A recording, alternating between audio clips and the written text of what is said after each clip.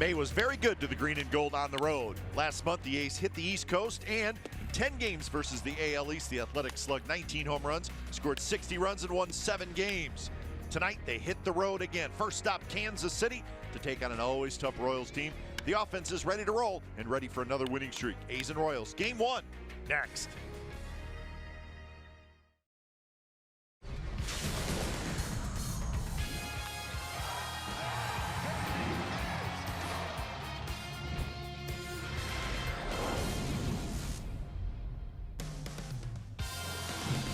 Well, it's a quick 5-game road trip, and it starts tonight at Kauffman Stadium in Kansas City. It is a hot and very humid night. Frankie Montas is going to get the ball for Game 1 of this 3-game series. It's the Oakland A's and the Kansas City Royals coming up on NBC Sports California, powered by Xfinity.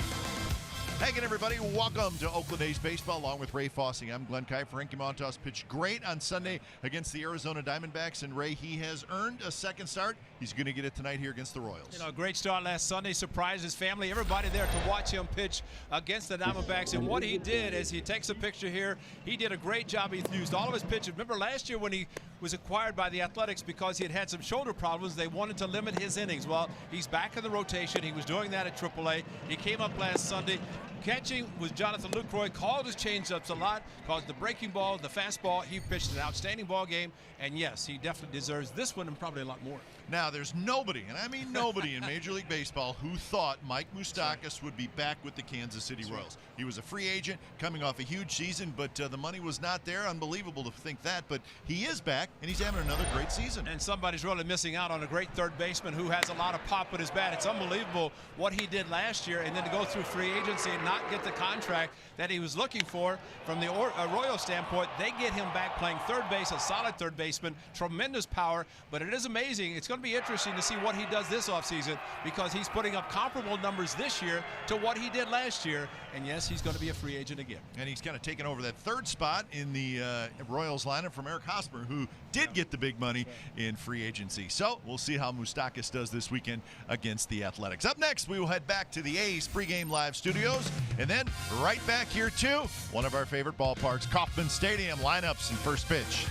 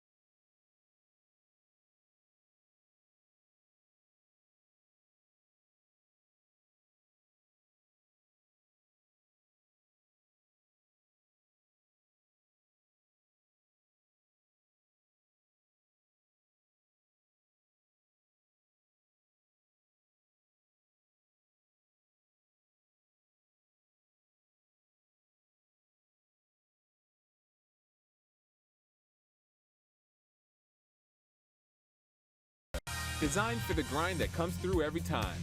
See your local Toyota dealer today. Toyota, let's go places. By Southwest Airlines, low fares, no hidden fees. That's transparency. And by Jack in the Box. Try the new Cholula Buttery Jack, part of the Buttery Jack family. Only at Jack in the Box.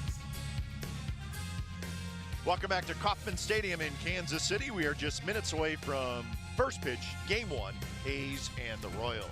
Well, NBC Sports California has compiled the A's top 50 most memorable moments in Oakland. Now we want the fans to pick the most memorable moment in a season-long promotion. Tonight, it's Dallas Braden's perfect game in 2010 versus the A's four-game sweep of the Yankees in 2012. Fans vote through our A's Twitter poll. The play that wins advances to face the next memorable moment. What do you think, folks? Dallas Braden's perfect game, the A's four-game sweep of the Yankees in 2012.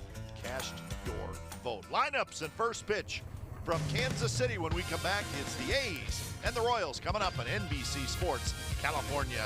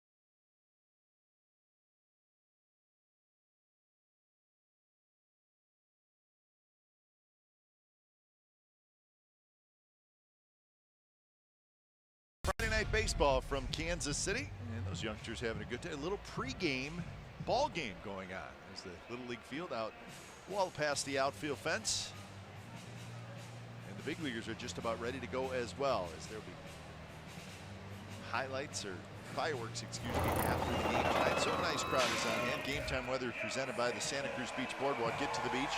The admission-free boardwalk is open daily. It's 91 degrees, and it's humid, although it is supposed to cool off a little bit tonight and for tomorrow and Sunday. But warm day in Kansas City as the Royals take the field dressed in their all white with the royal blue, of course, and the A's in the all road gray uniforms. And let's take a look at their starting lineup for tonight. It's brought to you by Southwest Airlines. It's Joyce, Chapman, Lowry, Davis, Olson, Pinder, Piscotti, Fowler, and Luke Croy. There's your A's starting lineup. And Ian Kennedy on the mound for the Kansas City Royals. He started the home opener for the Royals last season, and the A's beat him. But he has had his struggles here at Kauffman Stadium. You don't know why, because this is a beautiful stadium, but just one of those situations for him, being 1-5, 12th start on the season, and not a lot of walks, 20 walks in 57 2/3 innings, but it's just one of those things. He's not getting a lot of run support, and when he does, just does not seem to win. So we'll see what happens tonight as the A's have their first game on this road trip. All right, here's the defense for the Kansas City Royals. Alex Gordon, Whit Merrifield, John Jay in the outfield. Moustakis, Escobar, Goins, and Hunter Dozier is the first baseman, with Salvador Perez doing the catching. So Kennedy wrapping up his warm-up tosses as the A's kind of a quick road trip. We haven't had too many of those, but 3 here in Kansas City, and then an off day on Monday in Dallas, and then a 2-game series against the Rangers Tuesday and Wednesday. And the A's, their last road trip was a good one. They were 7-3. They're a game over 500 on the road, which is one of their objectives this year. Play better on the road, and they have done that. They're 14-13 so far this year on the road, and they're 29-28 overall. Well, you saw the lineup, and Chris Davis back yesterday as he was activated. Bob Melvin extremely happy. Have him hitting 4th, and he hit a double in his first at bat. The A's ended up scoring, and perhaps a coincidence, but bottom line, there's Marcus Semien back, so congratulations to the new father. He's just been reinstated, but I think from the standpoint, I guess the skipper, he is not in the lineup, at least unless there's been a change. So Matt Joyce steps in. There was not a change, right? It was nope. His Pinder still at short, because with Semien back, but gets the night off to think about his new son. First pitch of the game is rolled foul. Yeah, Marcus, he was supposed to get here by game time. He did. He's down on the bench. He made it. Yeah. All right. Matt Joyce at 199 the average, but he does have 7 home runs. Fouls that one straight back, and it's quickly 0-2. The umpires, Eric Cooper is calling balls and strikes. Gary Cederstrom is the crew chief. He's at first. Corey Blazer at second, and Stu Shearwater is down at third. Eric Cooper might be the smartest umpire in this crew, getting the night game. See what happens tomorrow on Sunday, but both day games. 0-2 pitch to Joyce. Swing and a miss. He struck him out. So that is out number 1. So there's Marcus. He made it. Got in his uniform. He's ready to go. So Marcus Semien back from the paternity list, and Franklin Barreto was optioned back to AAA. See, Marcus does not know what to do, and he's standing in front between Lucroy and Olson, and you know he's usually playing, so he's not having that kind of a conversation usually. So we'll see as the game progresses. First pitch to Matt Chapman is on the corner for a strike. Chapman at 228, 9 home runs, 23 runs batted in. Kennedy has the 4 basic pitches, fastball low 90s. Got some sinking action on the fastball. Pumping strikes right now, 0-2. Well, I see the 4 pitches. He does have a 2-4 seam fastball, making up 60% of his total pitches, and he does mix in the slider, curveball, and changeup. But from his standpoint, with 1 win, trying to get a victory, especially here at his home park. Fastball is high. Kennedy is 33 years old. It's his 10th year in the big leagues. He's got a career record of 92 and 97. 5-year contract. 5-year deal he signed with the Royals. This is the 3rd year of that 5-year deal. Back-to-back strikeouts to open up the game for Kennedy. Well, we mentioned 4 pitches. How about a curveball with a couple of strikes, a slow curveball, and Matt Chapman could not pull the trigger, and it stayed right in the heart of the plate. Really, that would be considered a hanger, but for some reason, Matt Chapman not able to pull the trigger, swing the bat, and took the called strike 3. Pitchcast brought to you by SoFi, a modern finance company. 2 away for Lowry.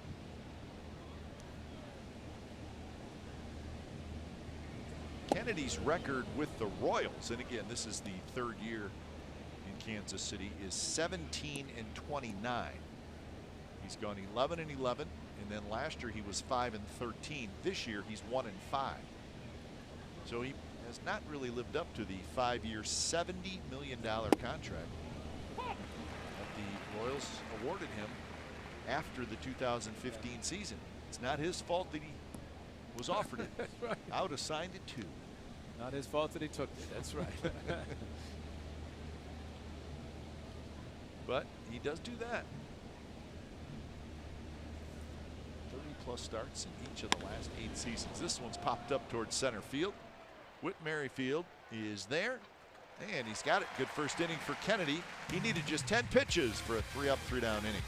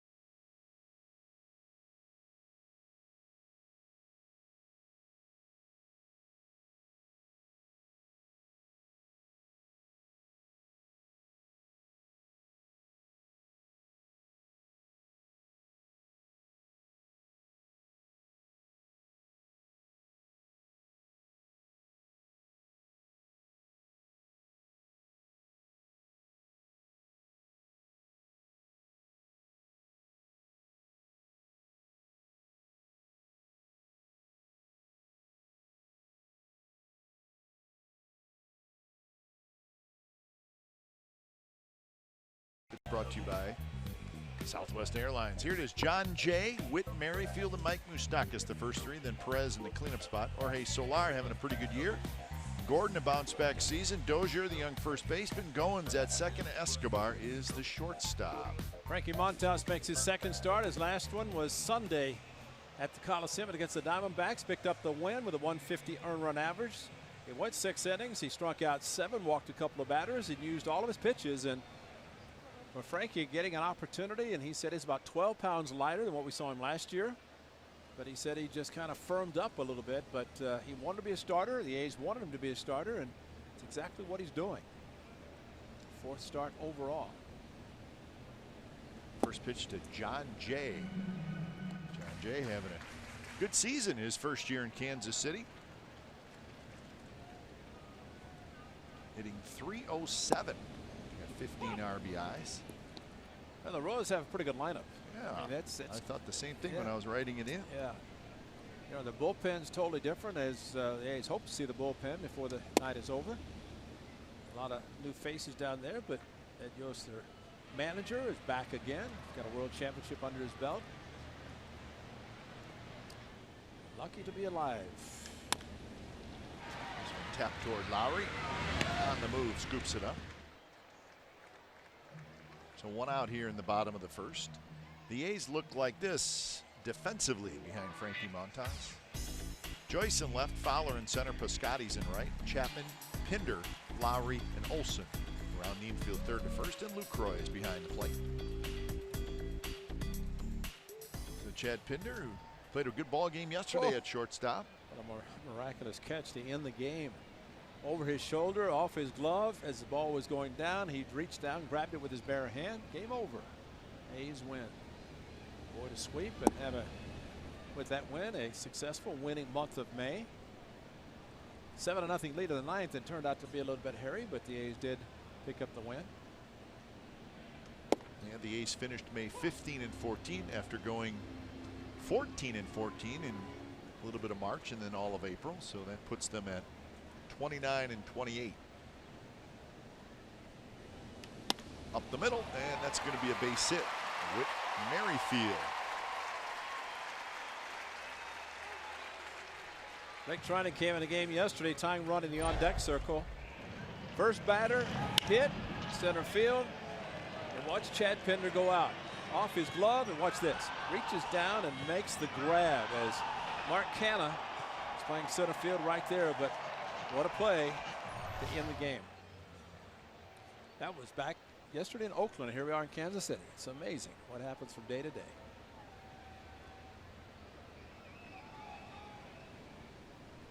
Here's Moustakas. We talked about Mike Moustakas in the open of our show.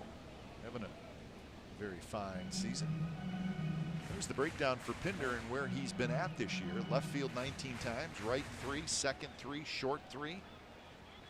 Even a start in center field and one at third base. That is the value of Chad Pinder. And he hits the ball at the ballpark. That's a pretty good combination. You know, probably the only thing that could make it even better is if he's a switch hitter. You know, because he has power from the right side and maybe just being a right-handed hitter, but he could play so many different positions. He might have told the skipper that he could actually catch an emergency. Be careful what you wish for. He said he's warmed up guys in the bullpen. He said it's a little bit different than that. Moustakas 280, 12 home runs and 39 runs batted in. He's tied for 6th in the American League in RBIs with Jed Lowry. Bounces this one. Lowry, he's got it. Flips to second for one. On to first. Got him. Wow. There's your gun from Chapman. That was Matt Chapman on the pivot. And the A's turned the double play to end the bottom of the first. Royals may want to take a look at this. Yeah, Ned Yost, it almost looked like an impossible double play to turn. But that's Gary Cederstrom at first base. But it's the strong arm by Matt Chapman that if it is a double play, which it is, a great double play. So no score after one from Kansas City.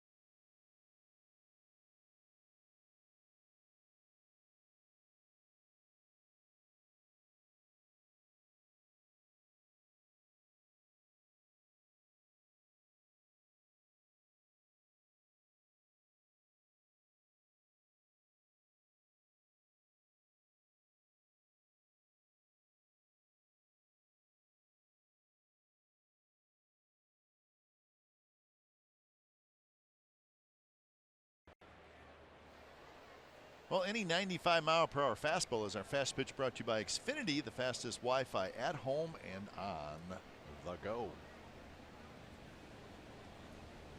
Chris Davis leading it off. It's nice to have Chris Davis back in the lineup.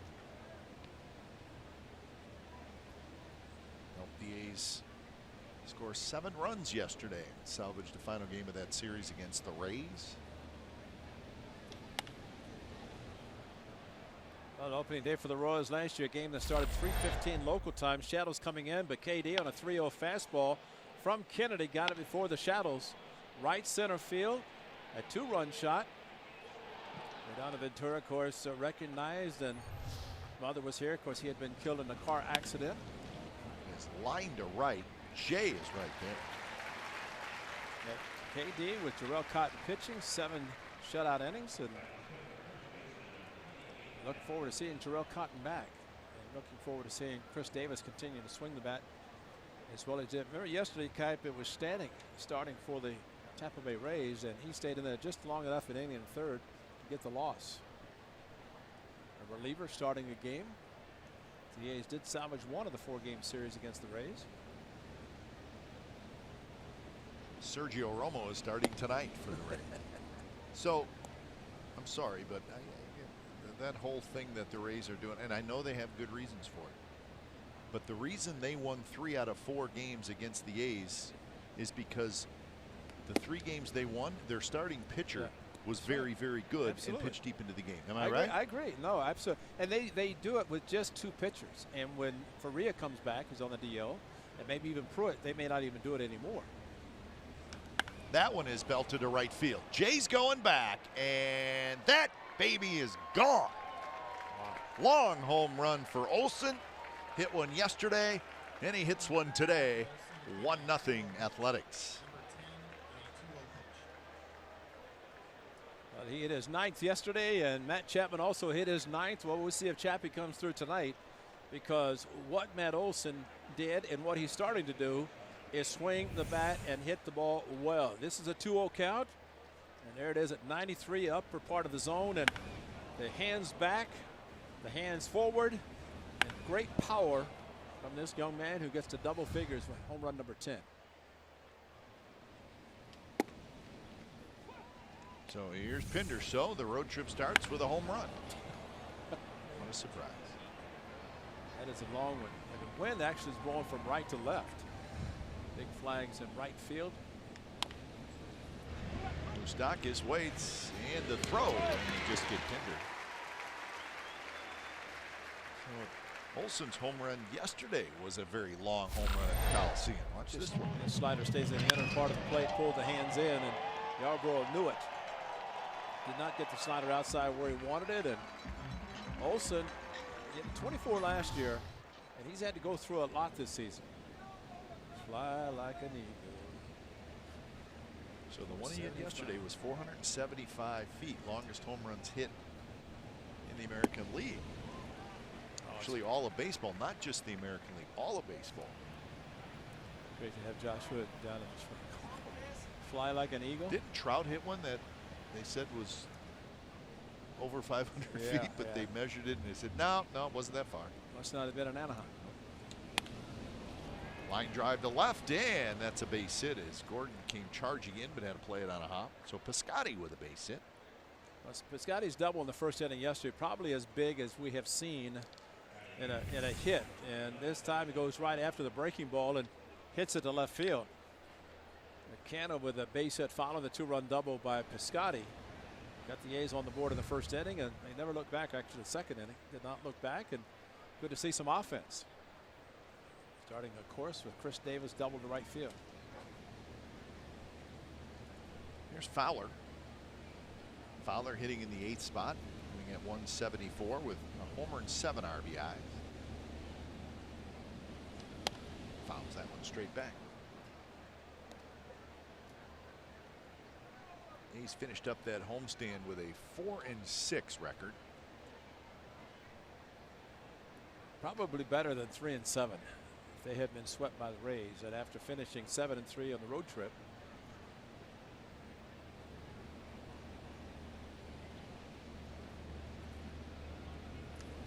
Another foul ball. So the count is 0-2 to Fowler.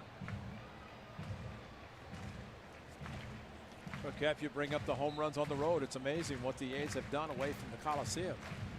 They did it a few during the homestand, but not as many as on this road trip or on the road so far this season.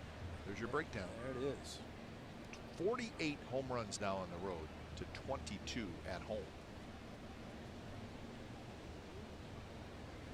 I think every year runner goes as Perez picks the ball up, and Piscotty with a good read. The ball kind of snuck, kind of rolled behind Fowler a little bit, and Piscotty read it well and took off for second base.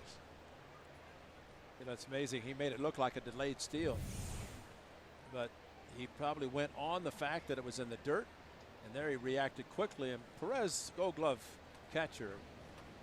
There is a reaction, looking back, seeing how quickly, and it is heads up base run to get into scoring position. Or base hit would probably scoring.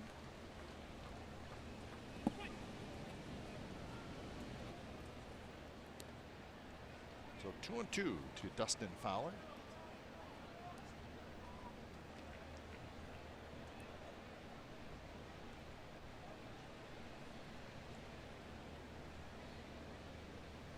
Outfield shifted toward left center, so there's a big gap in right center. Fowler hit that, and he'd have a definite triple. Well, as we have talked about this Kauffman Stadium in the past, that supposedly the outfield area has the largest square footage in all of baseball. It is a huge outfield. Shallow center, Merrifield in. Now over, and he's got it. Home run by Matt Olson. It was his 10th of the year. Another long one for Olson. He does not hit many cheapies. So 1-0 as we go to the bottom of the second inning.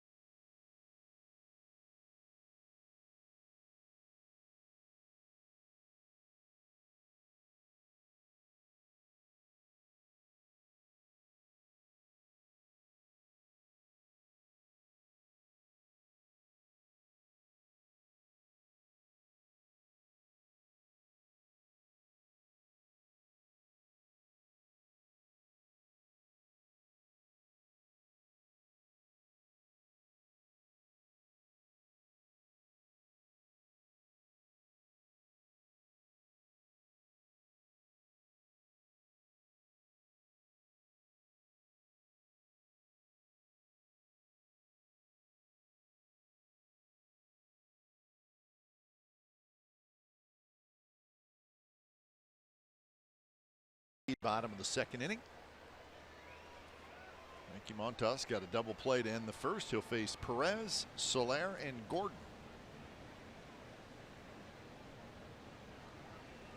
First pitch is rolled foul by Salvador Perez.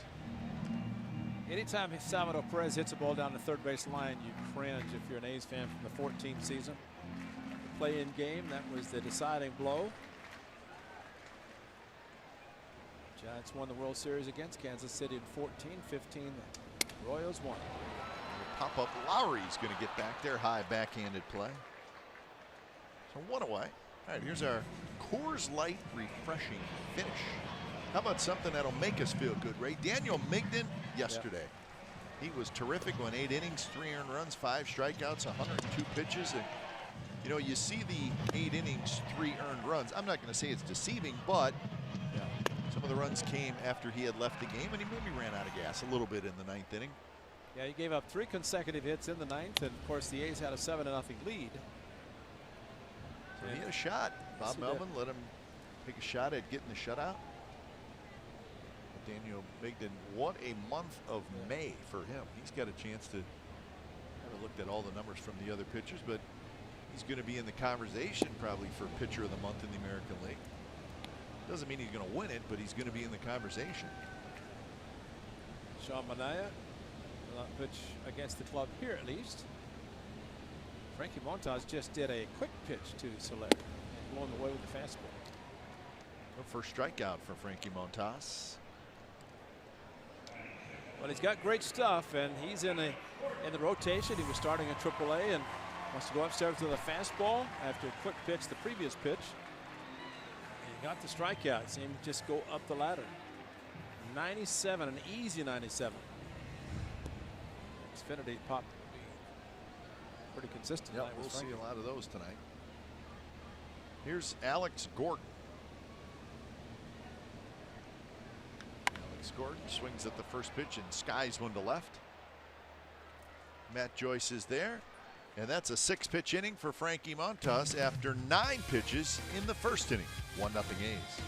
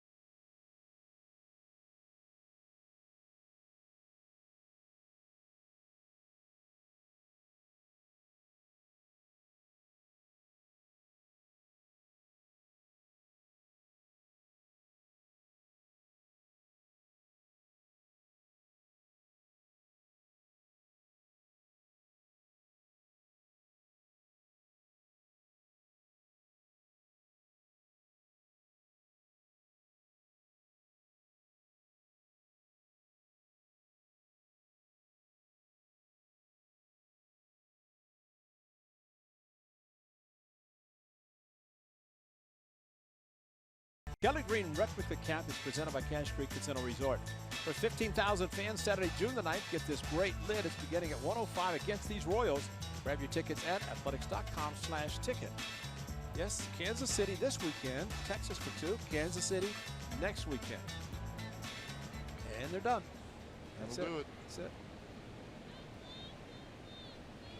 First pitch to Lucroy is right at the knees on the outside corner. Lucroy at 253 with a homer and 12 RBIs.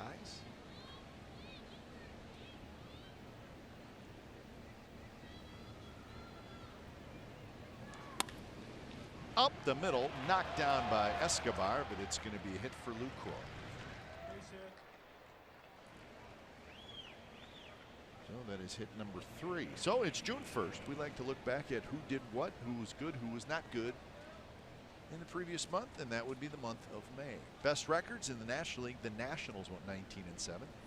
The Yankees went 17-7. Bryce Harper hit 10 home runs. J.D. Martinez hit 13 home runs in May. Batting average: Crawford from the Giants hit 412. Segura from Seattle 382. And there's the pitchers. See, Daniel Migden, that's pretty darn good.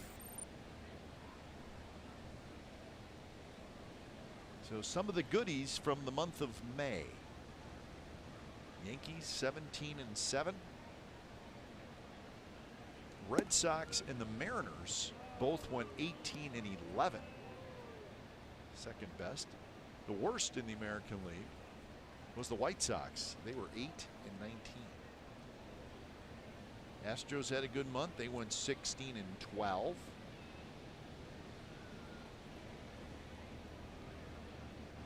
So as always, some players are glad it's June 1st. Other players wish the month of May would have extended on. J.D. Martinez probably wishes every day was May 31st. Well, you saw 2 guys sitting together in the A's dugout. One Mengden, one Manaya. There you go. Just show those 2. That's right. That's the perfect thing. Exactly what you're talking about. One loved May. The other is so happy it's June. Matt Joyce continues. He had home runs 25 last year, and Big one yesterday as turned out to be a 2-run shot, and that made it 7-0. Listen, the A's needed every run they got yesterday. They didn't think they were going to need them, but they kept adding on. Matt Joyce helped them with a 2-run shot.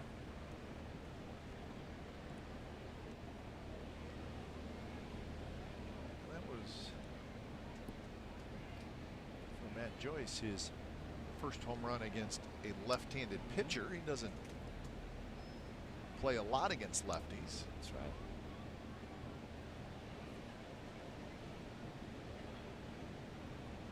He struck out to open up the ball game. Well, Olsen and Davis, or Olsen and Chapman, hit their home runs in the 7th, a 2-run. So actually, the A's added 4 runs, 2 coming in the 7th, 2 in the 8th. Made it the 7-0 game. Another foul ball by Matt Joyce.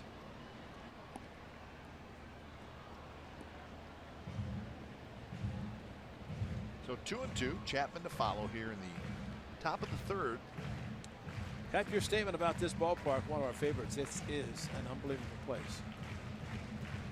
Yeah, it is. Put a lot of money in it. Put real grass in. Turf used to be 150 degrees. A day like today, really hot.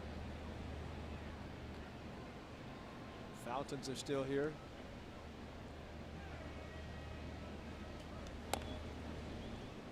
Yeah, you may ask, well, what makes it our favorite? I don't know. It's got a nice vibe to it. Yes. It's I wouldn't say it's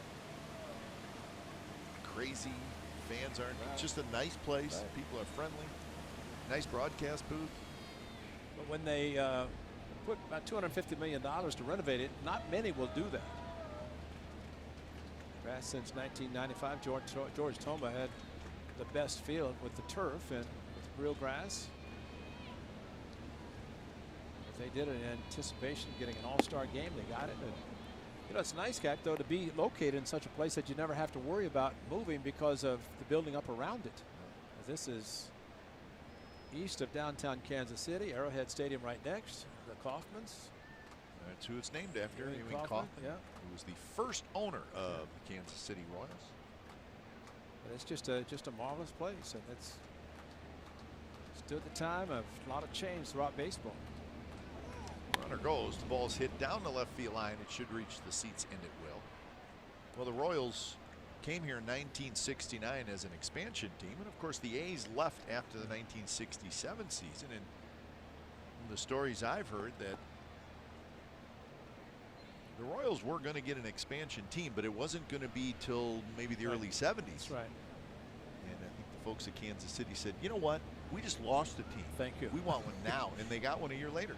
Well, not only lost a team, they lost a team that won 5 consecutive that's true, division yeah. championships and 3 world championships right after they left. So I agree. But you know, Cap, I was talking to some people today, and they brought up a good point. They said, you know, we're lifelong A's fans. And they said this is a perfect weekend series because it's the Royals playing the A's, and even though Charlie was disliked by many when he left and came to Oakland, there are a lot of people who are still here who are A's fans. And now they're Oakland A's fans instead of Kansas City A's. But that says a lot about these great fans in Kansas City. Well, it does, because the A's were not really here very long, and when they were here, they weren't very good, but they were about to get good. Yeah.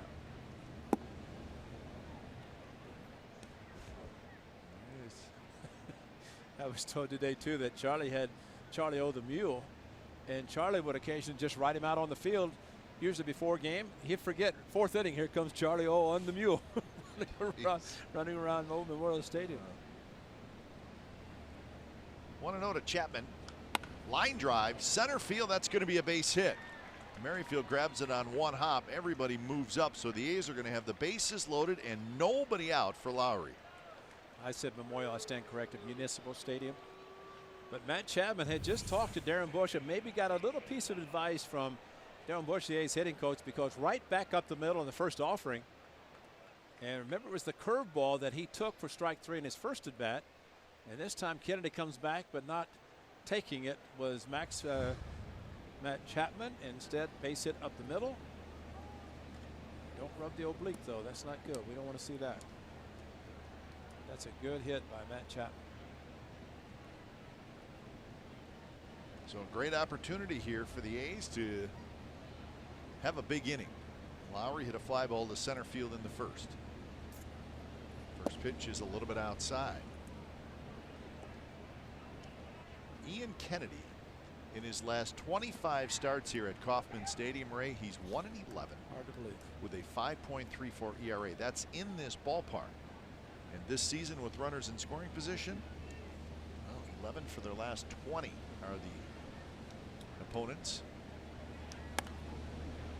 But the at-bat Matt Joyce had in front of Matt Chapman, I mean, that was spectacular because got to the point that Lucroy stopped running because he kept fouling off the 3-2 pitches.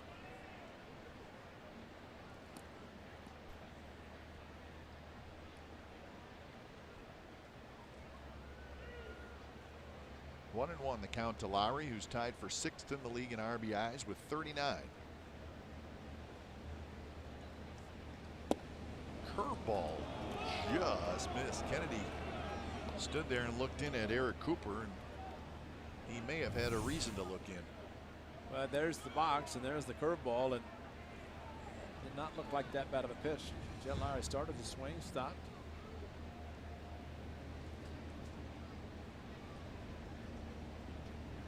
Eric Cooper's feeling the heat more than a couple of ways. Yep. Remember, this is a stadium where home plate is very close to the backstop, and dugouts are also very close, so you can hear a lot. Well, now it's 3-1, so that call, which went Lowry's way, really it changes the entire at bat.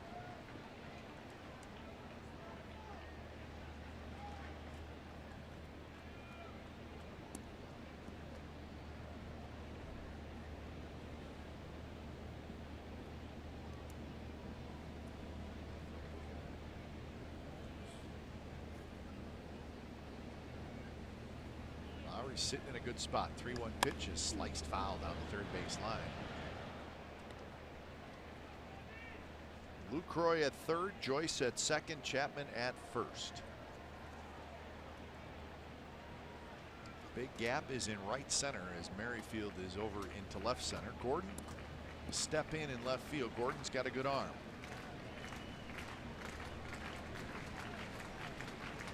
Chris Davis waits in the on deck circle.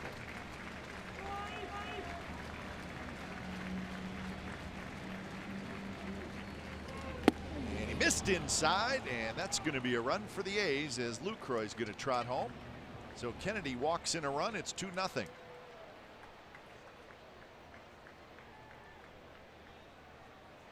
you talked about his batting average against him, runners in scoring position, and it does not help. He knows what they are. The pitch sequence to Jed Lowry, outside.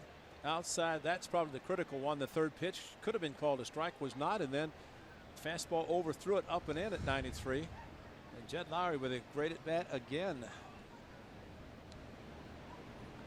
So here's Davis. First pitch missed inside.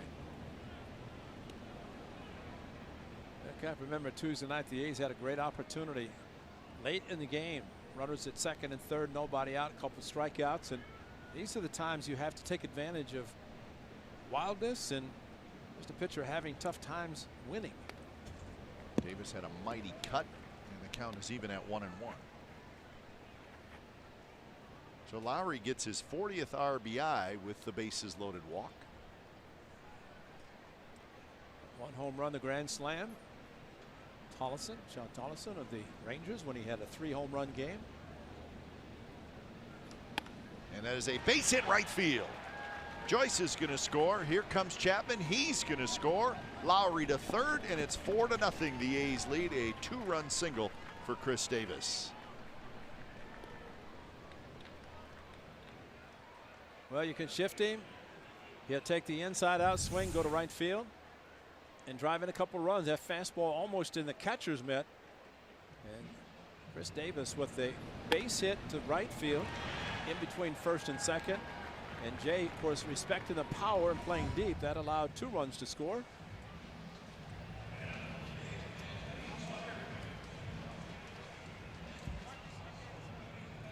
Oh, meeting on the mound. Cali Eldred, a pitcher for the Milwaukee Brewers, Old County Stadium. Cubs still nobody out in this inning. This is what Matt Olson did in the second inning. It's got the A's on the board with a 2-0 fastball that he crushed to right field. I don't think the wind really mattered with that shot. So 3 runs in for the A's, and now they're looking for a bunch more. Olson steps up.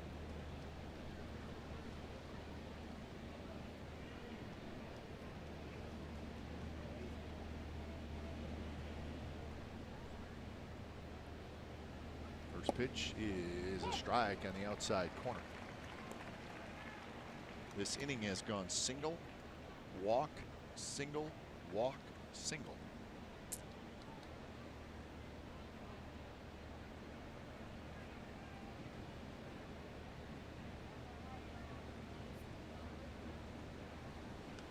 Roll foul, maybe got a little bit of Olson's foot. So 0-2. Moustakas is the only infielder on the left side of the diamond. Well, the curveball straight down off the right side, right foot.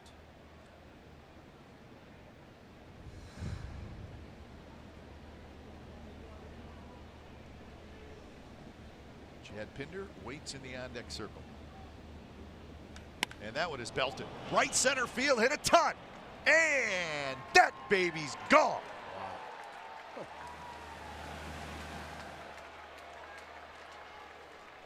7-0, the A's lead.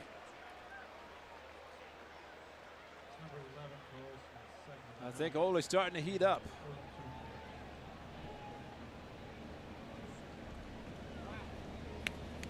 So a 2-homer game, and it's only the 3rd inning. 3rd time he has done that in his young career. Well, the way he went off last year, and he's now within 2 of Chris Davis. Of course, Chris Davis missed 10 days, but Matt Olson started a little bit slowly. So 11 home runs now and 25 runs batted in for Matt Olson. And just a nice easy swing. Try to go fastball again. This one down a little bit more, but he crushed it again. And they're not cheapies either. So 6 runs for the A's here in the 3rd inning, and they lead 7-0. It's almost like your golf swing, that follow through. That's where mine goes too, my golf balls. I didn't mean that. I did. In the water. But it's a nice swing, nice follow through. That's what I was referencing there. Your swing. That was an 0-2 pitch. How about that? That's right. It was really right down the middle. Yep, a fastball right down the middle. You're right. Ian Kennedy thinks it's strike 3, but it's not, Ian. That's the kind of inning it's been for Kennedy. It's not a gaff like J.R. Smith last night, but oh gosh. what's he doing? NBA Finals, you don't know what the score is? And thank you. Major League pitcher, you don't know what the count is. No. But that was something last night, and LeBron's looking at him going, where are you going? The basket's there. I mean, the more you think about that, I mean, that is one of the biggest sports blunders ever. Exactly. Because he had the basketball right under the basket, Right under the basket to win the game. Yeah, or if he makes the free throw. But yeah. Well, he wasn't the guy shooting the free throw, but oh, yeah. That's right. That's right. But you're right. He was right under the basket. Right under the basket, and decided to take it to half court. Strike 3 called. Pinder was on his way to first base. And that's the first out. Fastball inside, and Eric Cooper decided to go this one. That's not a fastball. Went off speed. So here's Piscotty. After an 0-2 fastball, maybe a 3-2 changeup is a better way to approach it. Piscotty had a base hit in the 2nd inning.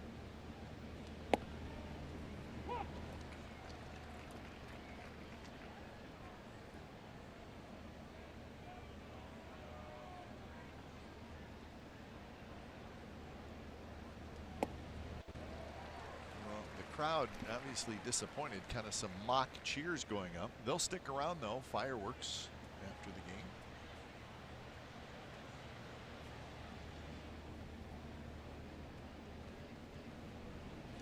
Foul straight back. Meadowson's second home run. We'll take a look at StatCast, and it's gone. High arcing, 24 degrees, 110 off the bat, 456 into the water. It's in there somewhere.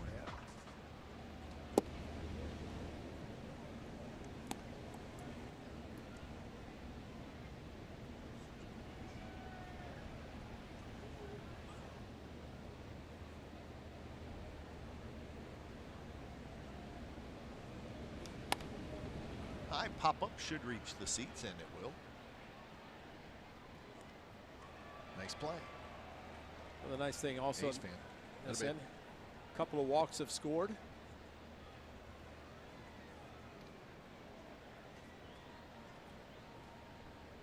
Give that fan a contract.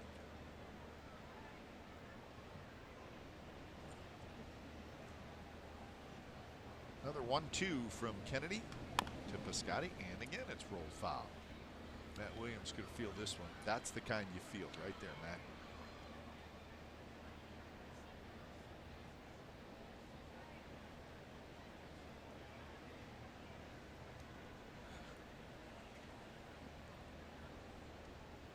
Four hits and 2 walks and 6 runs for the A's in this inning. Hit well to center. Merrifield going back, still going back, and what a play by Whit Merrifield. And that's an example of a good outfielder, because playing shallow, but able to go back on a ball, and ball was hit very well. Merrifield with playing a little bit shallow, but watch as he goes back, did not think he's going to get it. Just started racing back, looking over his shoulder, and at about the warning track reached up and made a nice catch. Almost pulled a Bo Jackson running up the outfield wall. But a nice play by Merrifield. Looked like it was going to get over his head. So 2 outs for Dustin Fowler. Breaking ball for a strike to Fowler, who hit a fly ball to center field in the second inning.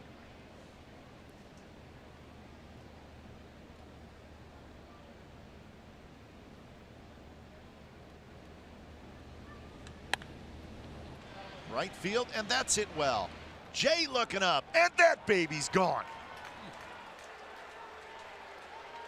8-0. The A's lead. You know, amazing thing in watching Fowler in his first at bat, everything was hit to the left side. He was late on it, so what does he do? He speeds up his bat, throws him an off-speed pitch, and Fowler hit his first home run in Toronto opposite field. Was able to reach out and pull to right field. Off speed, got it, crushed it. That's a power.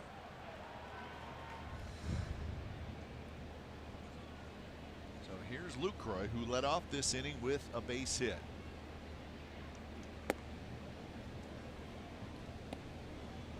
So a 7-run third inning.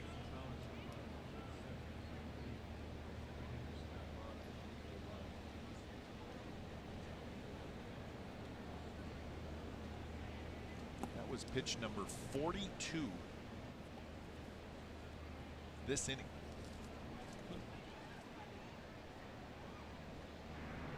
So Scott Barlow warming up.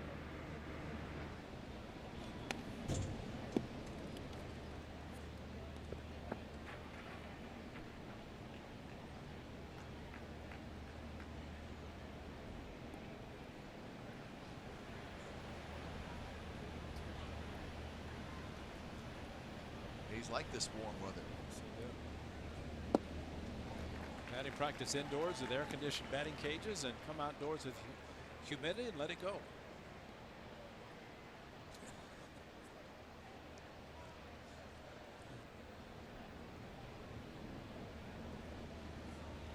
Royals defense has been standing out there for a long time this inning, and now it's 3-2. And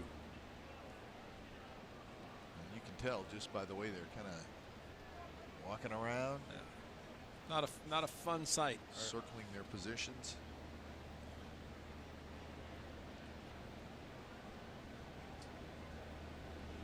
Lucroy grounds it to short. That's Escobar has it.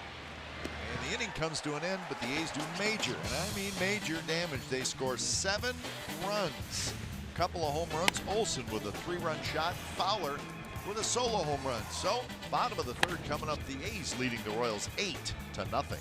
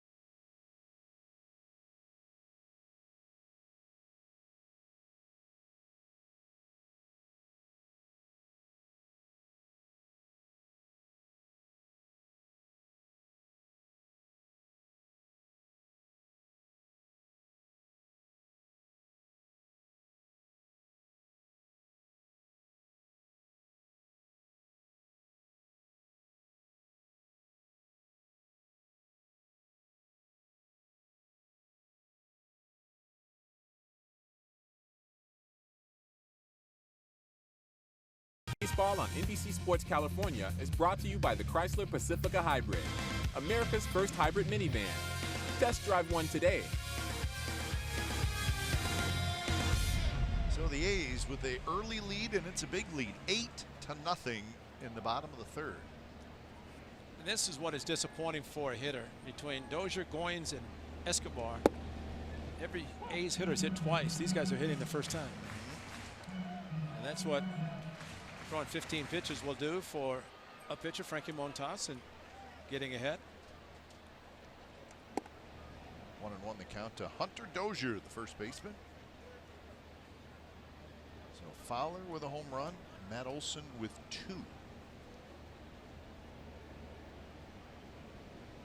Swing and a miss. 97 miles an hour and down in the strike zone.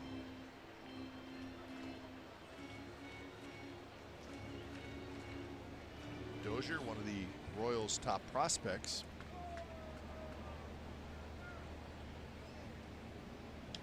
But not their regular first baseman. Remember, they signed Lucas Duda this offseason, and Duda is currently on the disabled list with a right foot injury. He's been there for 2.5 weeks now. Oh, and Alex Gordon got the big payday a couple years ago. That kind of, they made their decision because they lost Hosmer this year to San Diego, and Moustakas, well, he may not even get a qualifying offer after this year. He can't. That's right. Yeah. That's right, because he was offered last year, and you're right. Yeah, you can't get that qualifying right. offer 2 years in a row, which is, he's thrilled about that. Yeah. Strike 3 called. Dozier back to the dugout. Well, another good fastball from Frankie Montas, and this is the most pitches he's thrown to one batter. 98 outside corner. Probably one of the biggest pitches that Ian Kennedy did not get was the curveball Jed Lowry.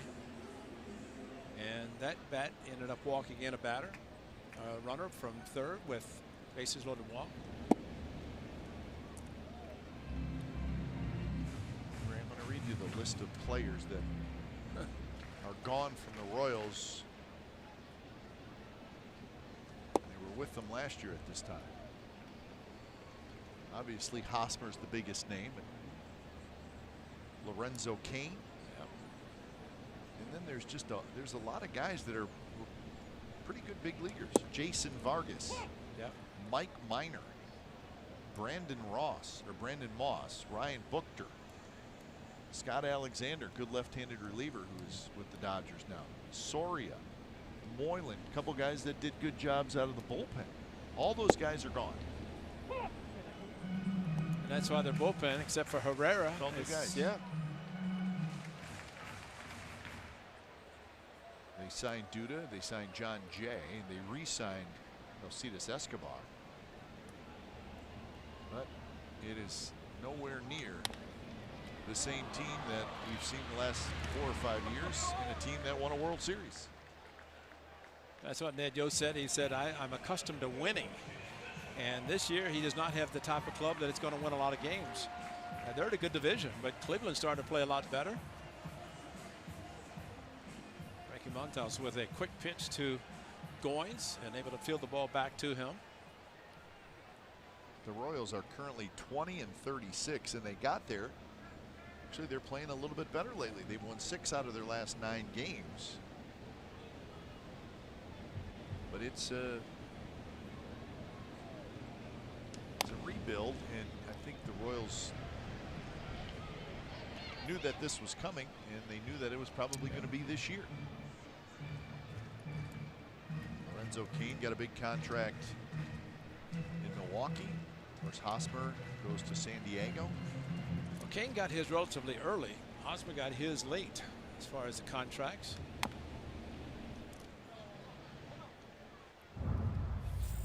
This was the World Series winning season for Kansas City. 2015. So Salvador Perez coming out of the dugout. Drew Gutierrez was the catcher for the final out. Lorenzo Cain running in. Hosmer part of that as well. Wade Davis was traded before last year. He was terrific when he was with the Royals. Greg Holland, closer, and now they have Escobar Herrera. Up the middle. And just under the glove of Pinder, so Escobar with the base hit.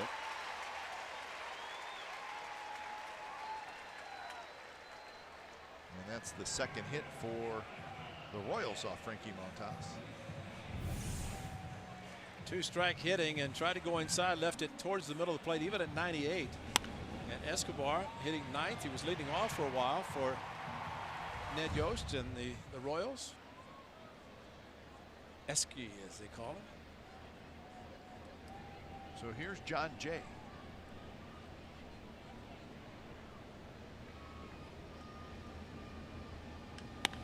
Hit hard to Olsen, who grabs it, and he steps on the bag, and that will do it. A hit and a runner left, and we're on to the 4th inning. The A's with an 8-0 lead.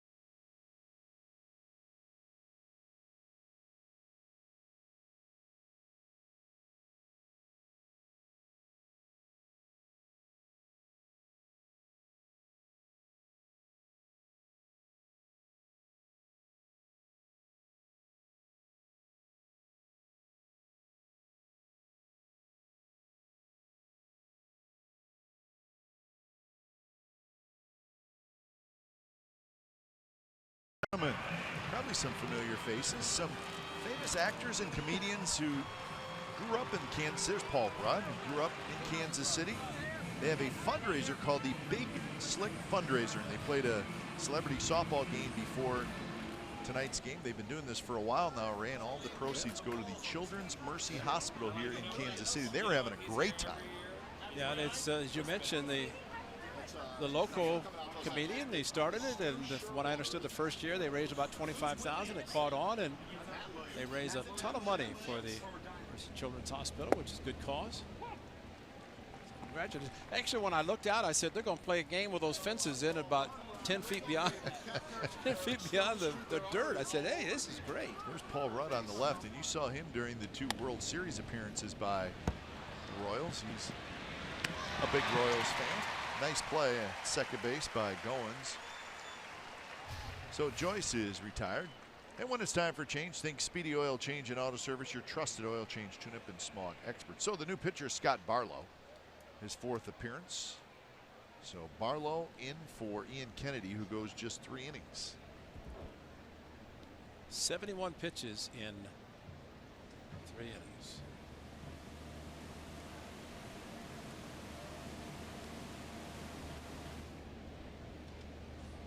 Chapman, who takes a strike.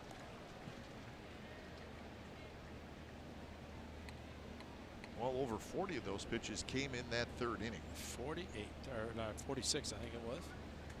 But yeah, a big inning for the A's, bad inning for Kennedy. And for Scott Barlow, he's 6'3", 170 pounds, 25 years old.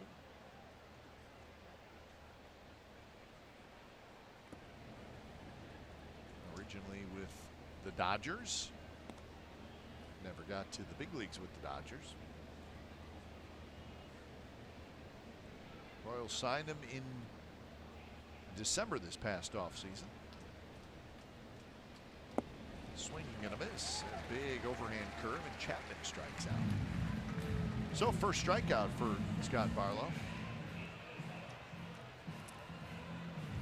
Well, the good break him. I saw him shaking a few times, and I don't know if Salvi Perez was saying shake. Let's get the hitter thinking a little bit, but I would think with the veteran Perez behind the plate, you're not going to shake him off too much. But a good breaking ball. He's got a sneaky fastball. There's the veteran catcher who had his contract torn up after the World Championship season, and Nate Moore, the general manager, tore it up and gave him more money.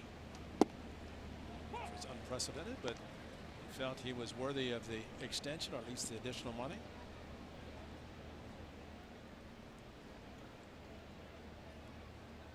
Lowry walked with the bases loaded last inning.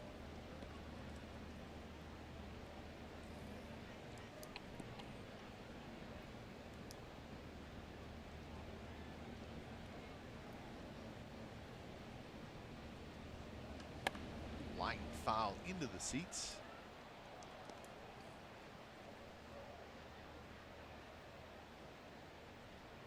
So 1-2 to Jed.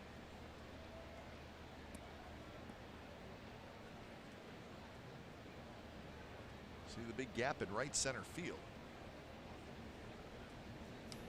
I can see though why teams play Lowry a little bit toward left center. He hits a lot of balls to the left center field gap. You're right, because of the doubles, and if you're going to play him that way, you better pitch him outside, and Barlow did with that fastball that he just threw. And the 2-2 pitch off speed, and that's a good inning for Scott Barlow. A couple of strikeouts. Bottom of the 4th coming up.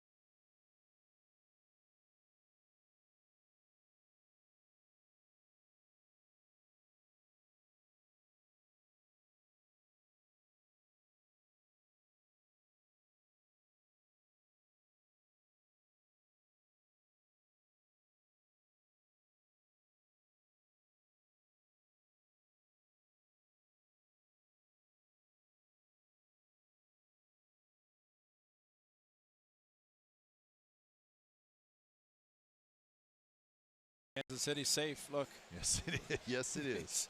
Just kind of looking out over, making sure everything's okay. We're happy about that. Like the score as well. First pitch to Merrifield, a little bit inside.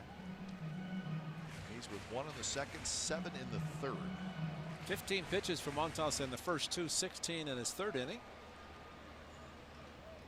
And there's Whit Merrifield. What a player he has become. Drops a single into center field.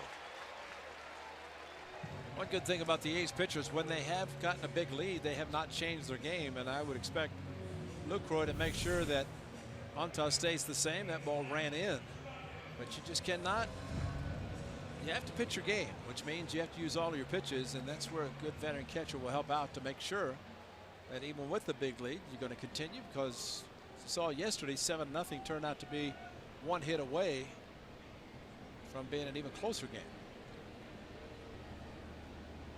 There's Moustakas, who takes the first pitch on the inside corner for a strike.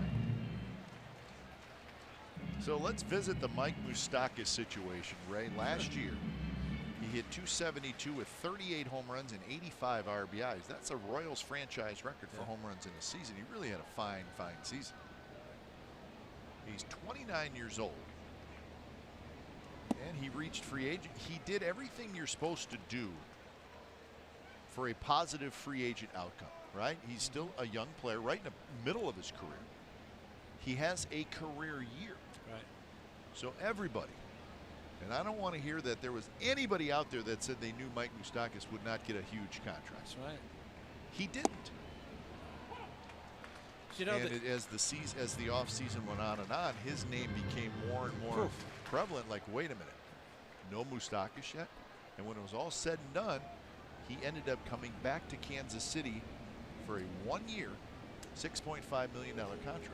And the qualifying was 3 times that, pretty much. He was given a qualifying offer, and he franchise record. Yeah. Over Bye Balboni. That's right. Big John Mayberry. But if you're unsure of the qualifying offer, a team can, if they would like, make a qualifying offer to their free agent. If they do that and the free agent declines, which most of the time they do, then when they sign somewhere else, they get draft pick compensation. Right. That's why a team sometimes will make the qualifying offer. The qualifying offer for the people who get offered that is the same for every player, and last year it was $17 million. Yeah. Not a bad payday. 2018 Camping World MLB All-Star ballot is now open and exclusively online. Make sure your favorite A's are represented on this year's squad by voting at athletics.com/vote. Catch all the excitement of the 89th MLB All-Star Game presented by MasterCard at July 17th live on Fox. And the qualifying offer, what is it, the average of the top so many salaries I'm or not something? exactly sure the math fluctuate. equation, Yeah. but it's the same for everybody. Right. Who gets that offer. Right, and it has to do with the highest salaries. And they're saying that hit Salvador Perez. And I don't know if Salvador Perez didn't want to go, or because Eric Cooper, maybe he didn't feel it because of the shin guard on his left elbow. So Perez will take first. Couldn't have hit him by much because Lucroy caught the ball. Cooper says, you want to go to first? Yeah, all right. I didn't feel a thing because he had the shin guard on. General Kuip, with regard to Moustakas, it was, from what I understood, the Angels, of course he's from Southern California, but the Angels opted to trade for Zach Cozart and Ian Kinsler. Cozart to go to third. They have Simmons at short. Kinsler at second, and of course Ohtani, or not Ohtani, but Pujols and at first base. And once that didn't happen, they said, "Whoa, maybe." And from the Angels standpoint, and maybe other clubs thought the same way. If we can make a trade and get the player we're looking for less money, a lot less money, and really not a huge commitment as a free agent. But it was kind of unfortunate because Moustakas' name was the big one.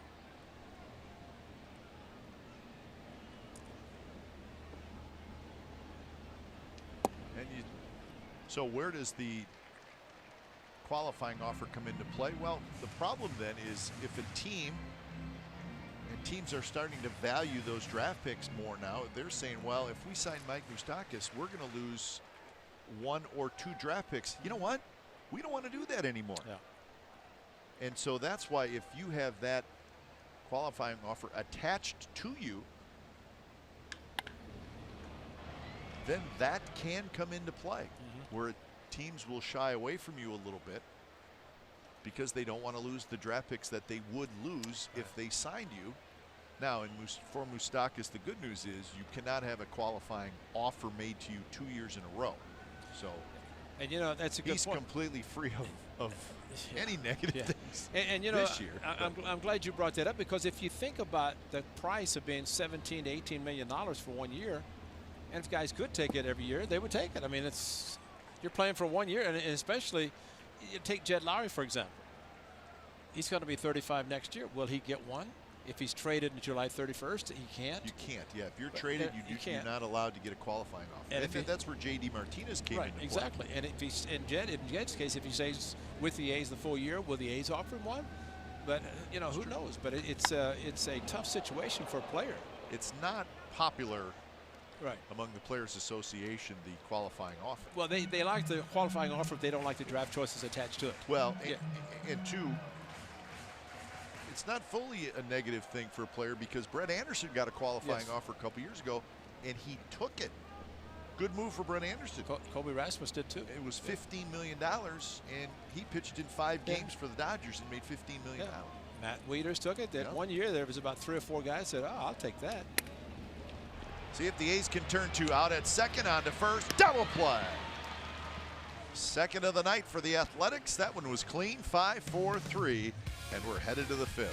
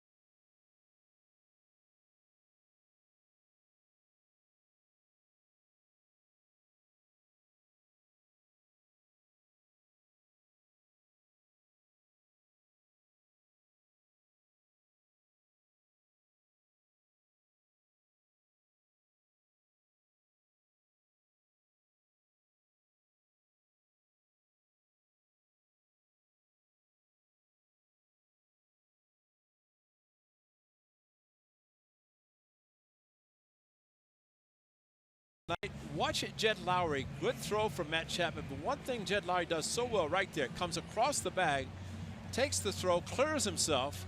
That right there is very important, because you don't have to worry about a runner from first base taking you out. And we saw Barreto, Kite brought it up on the homestand, where Barreto stood on the bag and got hit pretty hard on his leg. Well, Jed makes sure of that by getting out of the way, and that's a great way of doing it. And Jed, one of the best also of going up the middle, throwing back across his body to get a run at first base. And I think if you're not going to do it like Lowry did it, then you need to protect yourself and maybe take the throw to the left field side of second base and allow the bag to protect you a little bit. Yeah, good idea. Yeah, because you can't slide past it. If you do, it's automatic double play. But you know, Robinson Cano, and unfortunately he's on the suspension list and DL list, but you know, he can get to the bag and he can push off the bag, go back, he can come across, he can go to left field. There's a lot of different things you can do. But under the new rule, where an infielder or a runner cannot take out the infielder, you know, that's huge for a middle infielder. Especially here, where we saw what happened a couple of years ago when Brett Morey was there, but also what Hal McRae did to Willie Randolph in the playoffs. Yeah, Willie Randolph is still out on the warning track in left field.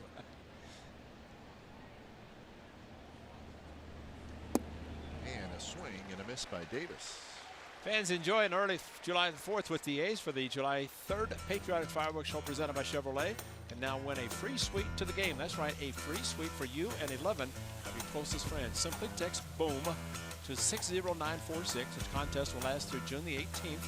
Message and date rates do apply. Again, simply text BOOM, B-O-O-M, to 60946. See complete rules at athletics.com. Well, here's Olson. A solo home run in the second, a 3-run homer in the third for big Matt Olson. So the way Barlow's pitching, that's good because he struck out 3 in a row. how about that? Homered in 3 straight at bats. Yes, His home indeed. run yesterday was late in the game. That's right. Reggie Jackson did it in the World Series against the Dodgers. This might have been 4, though. I think 1 in Los Angeles, 3 in New York. Last year, Olson, 24 home runs in 59 games.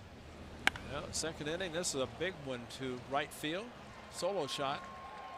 That was on a fastball that was up, and this fastball center cut. And I don't know what Kennedy's thinking, but Matt Olson's got some pop. That was a 3-run home run.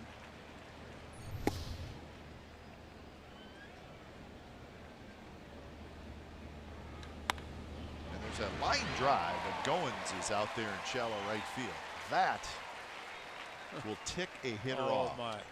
Some say that's why David Ortiz retired. You know, forget about the foot. He said they're shifting me so much and playing me in shallow right field. That's a line drive to right Yeah, field that's for right. a base hit. Yeah, look what Goins is playing. And it's just a routine line drive to it.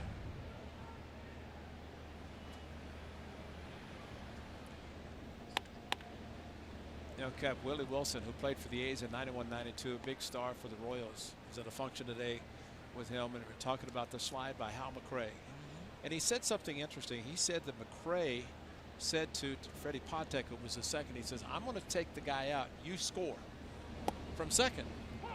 And that's how much he knew that he was going to take him out. So there must have been runners at first and second. First and second. And he said, I'm on first and you're on second. I'm going to take him out and you're going to score. Well, normally you break up a double play. It's first and third. Yeah. But he knew he was going to take him out so much that he scored, and they were running like crazy. It was the greatest hit in the history of the NFL, and it happened in a World Series game, or actually it was a playoff game. Yeah, against the Yankees and Royals. But Hal McRae, I mean, and you know, I think they changed the rule after that because, yeah, Randolph was about 4 feet to the left field side of second. You know, laugh about it, but man, it was a shot. Yeah. Hal McRae was a great player. Son played for the Royals. Ryan McRae. And Hal managed the Tampa Bay Rays. Devil Rays at the time, I think it were.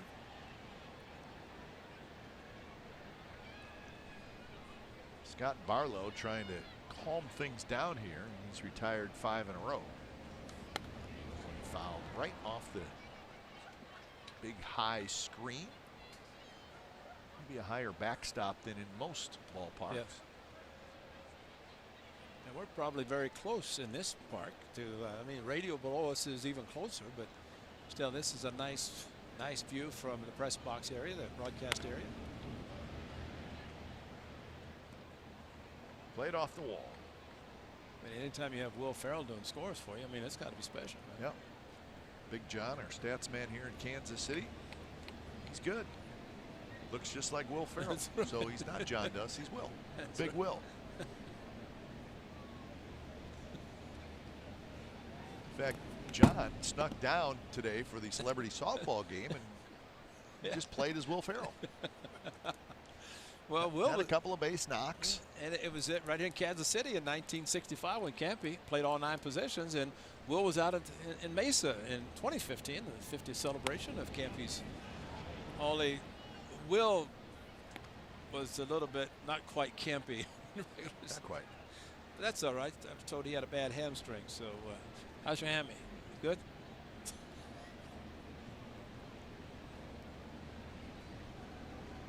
2-2 to Pinder, who is grounded out and struck out. And another foul ball, so Pinder hanging in there.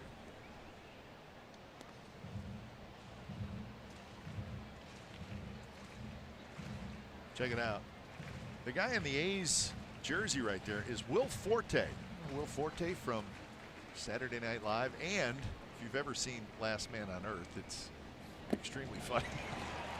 I can't even explain it. You got to watch it.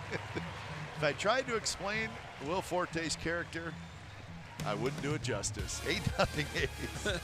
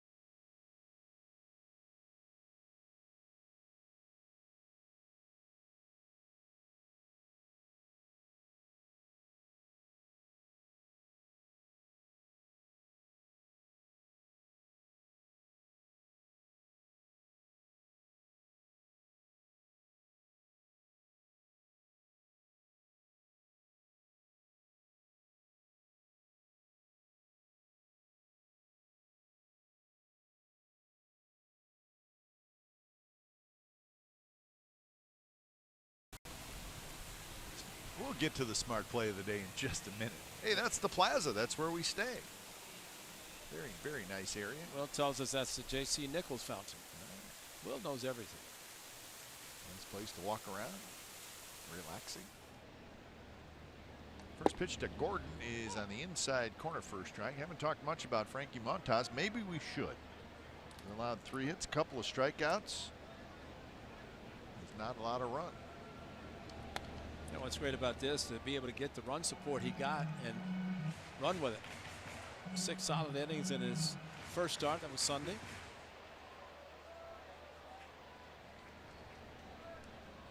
It is 47 pitches, so he has not really thrown a lot of pitches.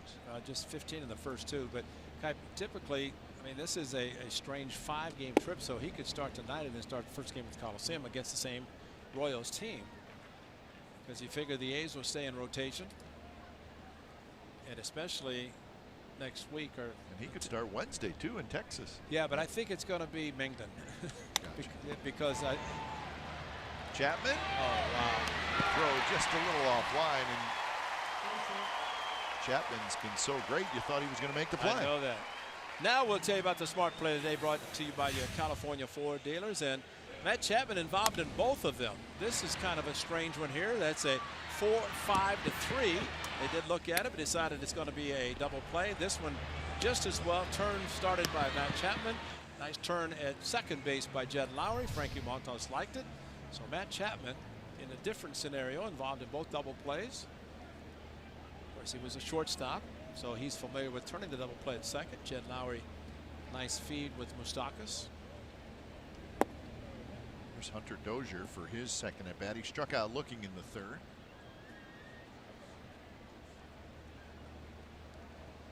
Dozier was the Royals' first-round pick in the 2013 draft. He was the 8th player taken in that draft. Draft is coming up on Monday, right. so that's a big deal always. Monday, Tuesday, Wednesday is when the draft will take place. On Monday, it'll be rounds 1 and 2. Tuesday, rounds 3 through 10, and Wednesday, rounds 11 through 40. You know, The A's will pick 9th in the first round. 9th.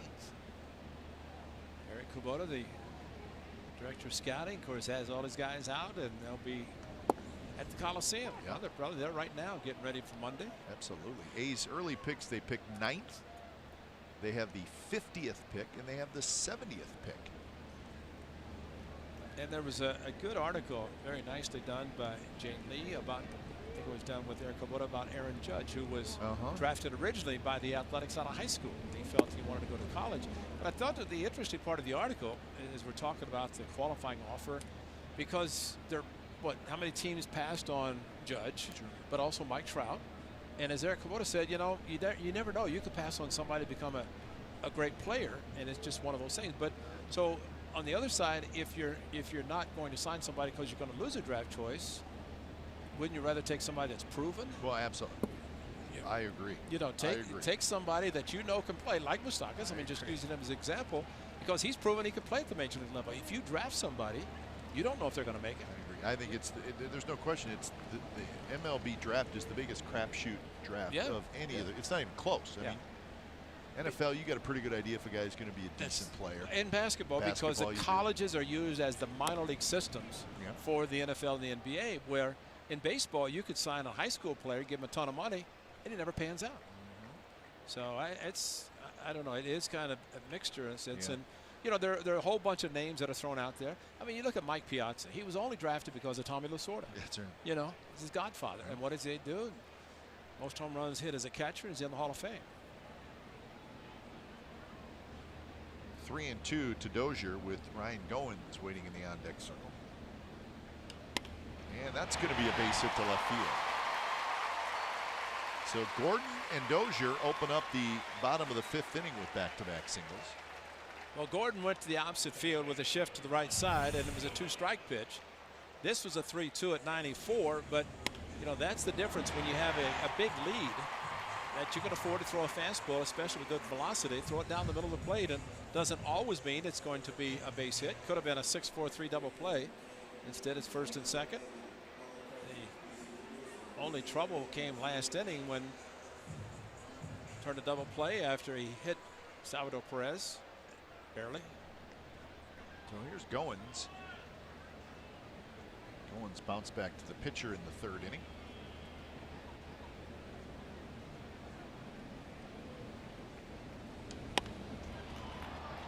Toward left center. And it's going to be Fowler taking charge. So that's out number 1. That's your favorite thing right there, partner. Goins, no home runs. Hits the ball in the air.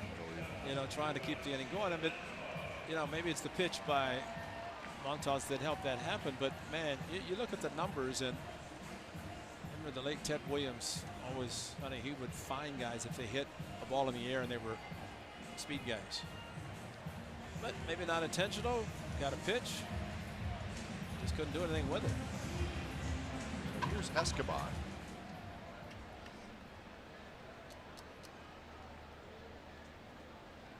Speaking of that draft, it's a big draft for the Kansas City Royals.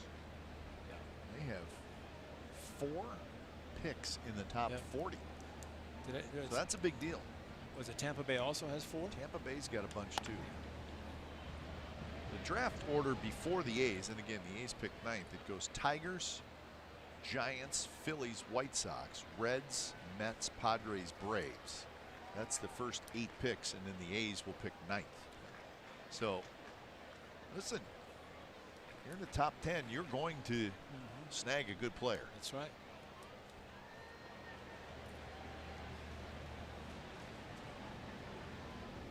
And with college players at one time, and I know we could ask Eric Kubota, but I always heard if you're a high school player, 4 to 6 years to get to the big leagues. As a college player, 2 to 4. Because you figure college, right. You've played some time. But if you're really good, sometimes you're going to come up quicker than that.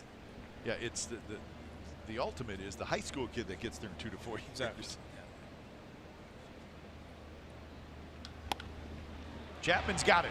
Steps on first, steps on third, fires to first, and another great play by Matt Chapman and another double play by the Athletics. They've now turned 3 in the game. 8-0 A's. Unbelievable.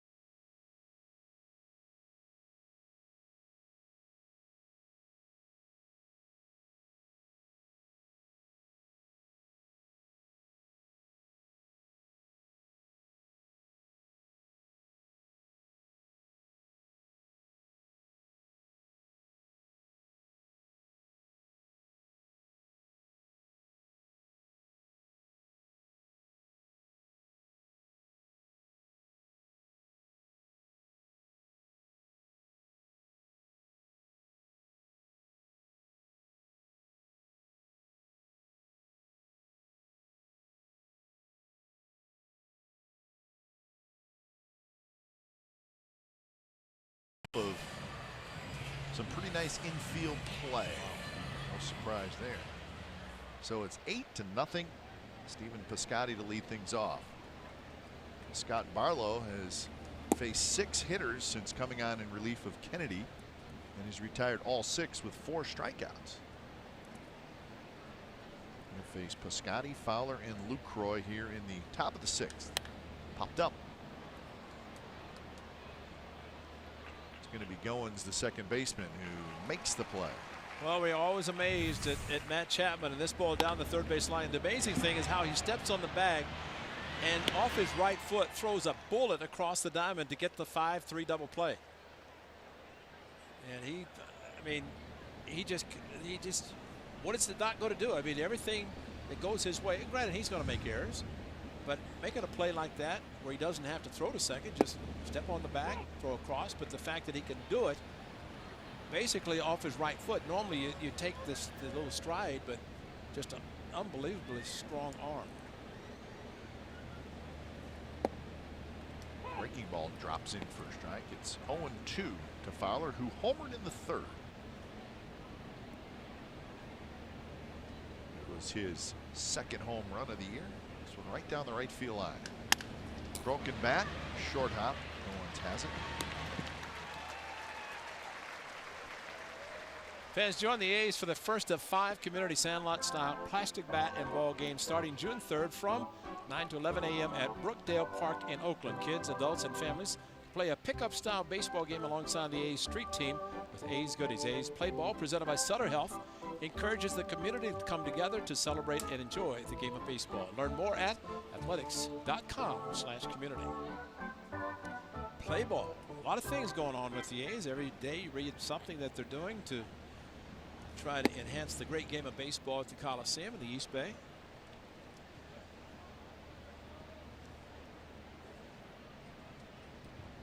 Lucroy had a base hit. In fact, he opened up that 7-run 3rd inning with a base hit. Got things going.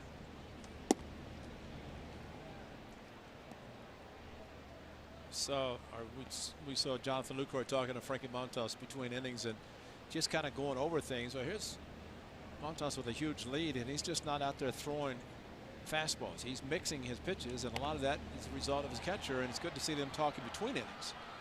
And Lucroy was demonstrating him throwing a certain pitch and how it helped him, but that's a catcher's job. Offense should be a bonus.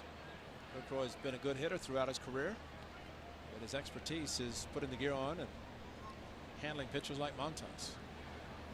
Second start for the A's for Frankie Montas. Huge lead. Lucroy hooks one to left, and that's a base hit. Gordon over there. So hit number 8 for the A's and hit number 2 for Lucroy. And this is hit number 1,000 for Jonathan Lucroy. Congratulations, Luke, as he gets out in front, pulls the ball down the left field line, and get the baseball. Come on, man, or get something, because breaking ball, first hit against Barlow, and it's hit number 1,000 for Jonathan Lucroy. Makes a curveball down the left field line. So that's a nice milestone. Absolutely. MLB Authenticator giving Brian Davis is on this road trip. Brian Davis, assistant to the great Steve Vucinich, standing behind the Authenticator. Yeah, Brian's got to see. Brian learns a lot from Voos. Yep. But he has not learned to get in the right camera shot. Yeah, no, you don't get behind the Authenticator. You get in front of him. That's what I'm saying. Yeah, or next to him.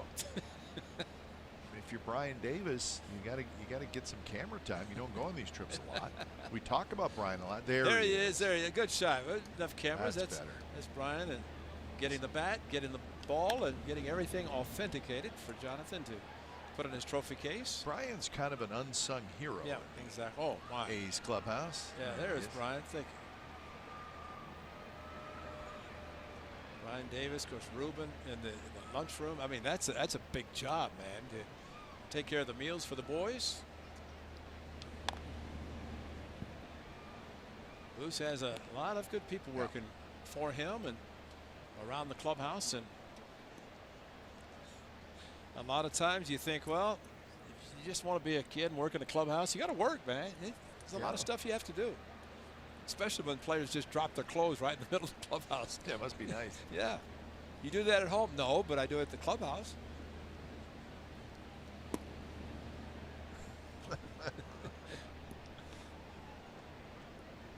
So no Voos on the trip, but we'll survive, I guess. Oh, barely.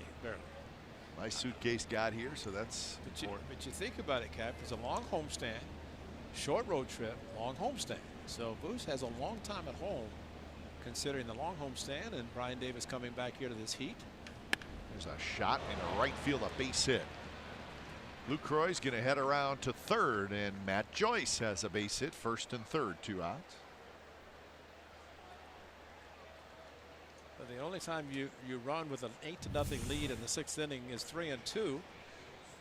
So Barlow, who has done a good job coming in relief of Ian Kennedy, did not allow a hit for the first 8 batters. And Jonathan Lucroy with the first hit, followed by Matt Joyce, first and third with 2 outs in the 6th. So Matt, a couple of times on base. He had a walk in the big inning, the 3rd inning, which the A's scored the 7th. First pitch swinging, Chapman pops a foul. Matt Chapman is 1 for 3. He singled and scored in the 3rd. He struck out a couple of times. But involved in 3 double plays. It's amazing.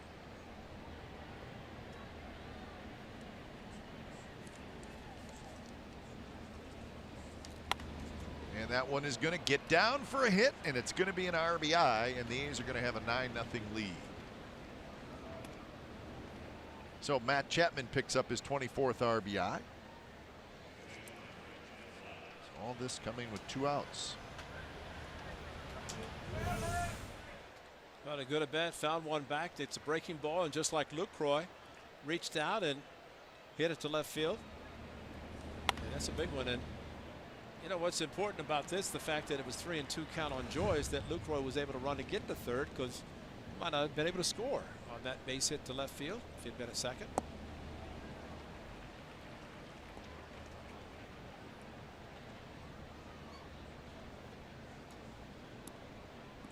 Lowry's got an RBI tonight. He got it with a bases loaded walk. So the A's now with 10 hits, Royals with 5.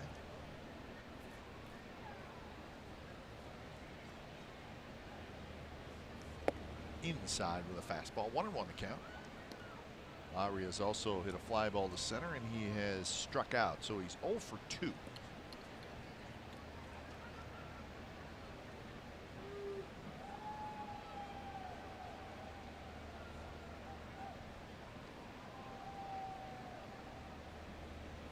Missed again, 2-1. Well, Barlow, 50 pitches now out of the bullpen.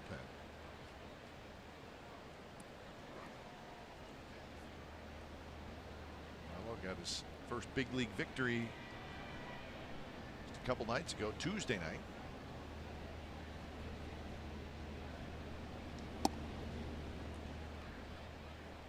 Could be running out of some gas here, though. Yeah. Well, that's what a long man is supposed to do, try to give some innings, and he has done a good job. I think if you're Mr. Barlow, you're always hoping that this great long outing is not going to give me a trip to AAA. And that pitch down and in, but he went around, so full count.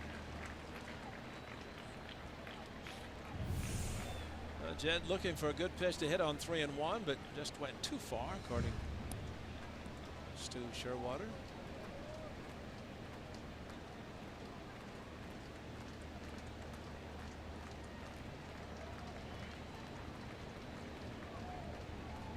Two pitch, runners go, foul back into the second level, the suite level here at Kauffman Stadium.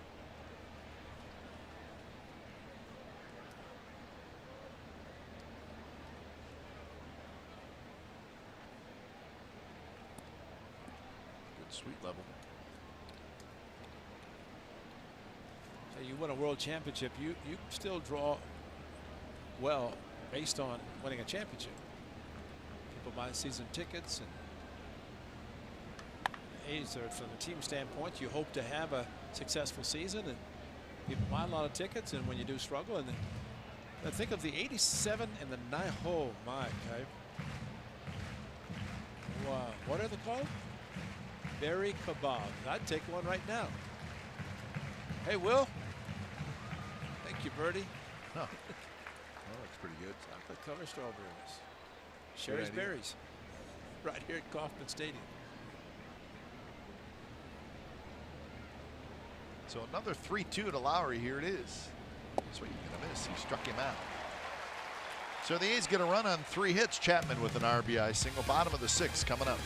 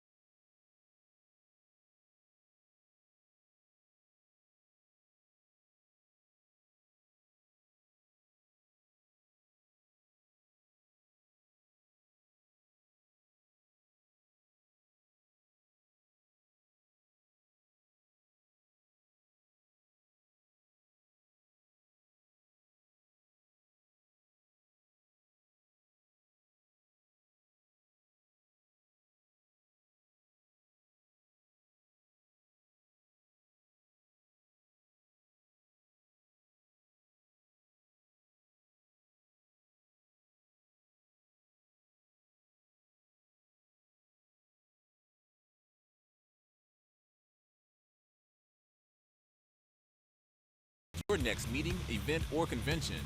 Get started by contacting the Santa Clara Convention and Visitors Bureau at santaclara.org/meetings.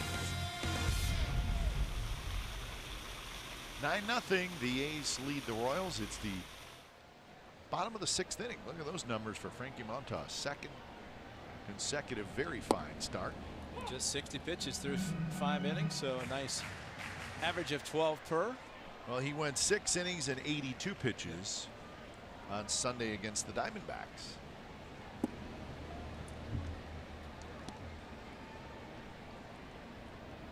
He's got an off day on Monday. So if you could get a couple lengthy starts from your starters this weekend, you'd be pretty well set with your bullpen, nice and rested. Right. Migden yesterday, 8 innings. Of the month for John Jay. 368 in the month of May. He wished it would have never left. Flips this one to left, but it's right to Joyce. So one away here in the bottom of the 6th. Xfinity X1 customers say, show me the Oakland A's in your X1 voice remote and get live stats on your TV. Change the way you experience TV with Xfinity X1. You can do it. I've done it. Yeah, it works. Good.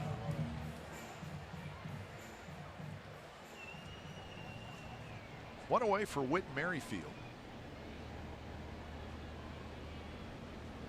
Very nice moment tonight, Ray, in Chicago before the White Sox game. Danny Farquhar threw out the first pitch. Of course, Danny Farquhar 6 weeks ago had a brain aneurysm, collapsed in the dugout. A very, very scary moment. I mean, this is a life or death situation. He's doing well, and he threw out the first pitch tonight. He walked out there with his family, and the entire White Sox team followed him out and stood behind him on the mound. That's great. How great is that? Joyce dives, he can't get it. And Merrifield's going to try for second, and the throw is just a little bit late. So Whit Merrifield is 3 for 3. You have a brain aneurysm and you live, you're happy. And not only living, but he expects to pitch again. As Merrifield 3 for 3 tonight. So Joyce tried to make a spectacular play. Fortunately, able to knock the ball down. Merrifield, though, a double anyway, and able to get in. But Matt and Joyce, good effort. Remember, this at one time was artificial surface. It's now real grass, which makes it a little bit easier to dive for a ball. Great drainage. Real grass. So 3 hits tonight for Merrifield, and here's Mike Moustakas.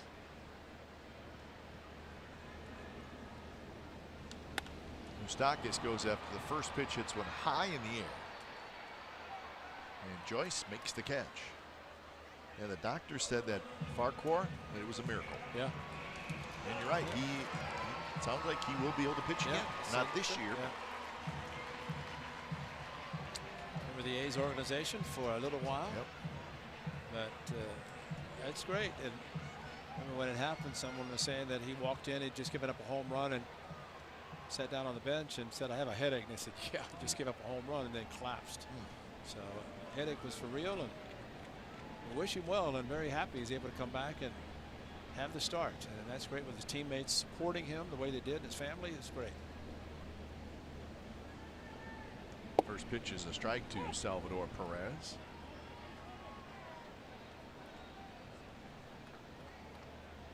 Salvador Perez. Tonight he's playing in his 37th game. He missed some games early. In fact, he missed the first 20 games of the Royals season, where he hurt his left knee right at the end of spring training. That's a bad way to start your season. Absolutely. Lose probably your most valuable player. They also tore up his knee when he before he signed the long-term contract. Beginning of his career. Yeah, whenever he was moving laterally during spring training, and cleats caught and snapped his knee.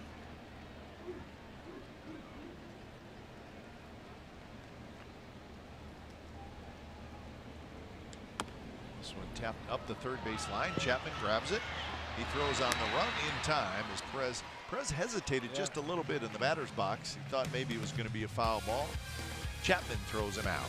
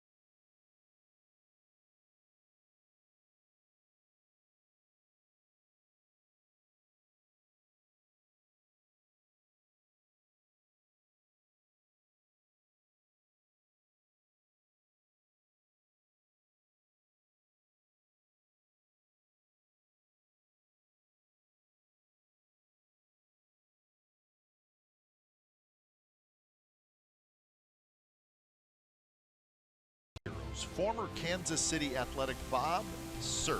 He served in the Navy during World War II. Saw combat action in the Pacific Theater. He played 12 seasons in the big leagues.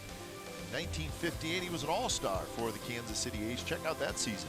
305, 38 home runs, 104 RBIs. He was fourth in the MVP voting. He's got a World Series title with the Yankees. He had 75 career home runs with the Kansas City A's. He passed away last year. Bob Serve, first baseman. 56 World Series, Don Larson's perfect game. That's right. 56. He was there. He was playing, won the World Championship. So that's quite an accomplishment for Bob Serve. New pitcher, it's lefty Brian Flynn. When it's time for change, think Speedy Oil Change and Auto Service, your trusted oil change, tune-up, and smog experts. So Flynn takes over his 18th appearance. He's got a loss, an ERA right at 4.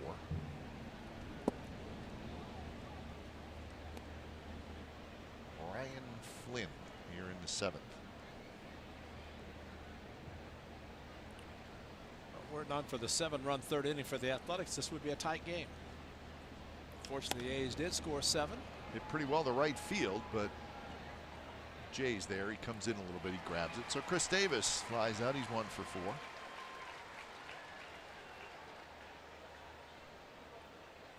Scott Barlow goes 3 innings, gives up 3 hits, 1 run, and 5 strikeouts.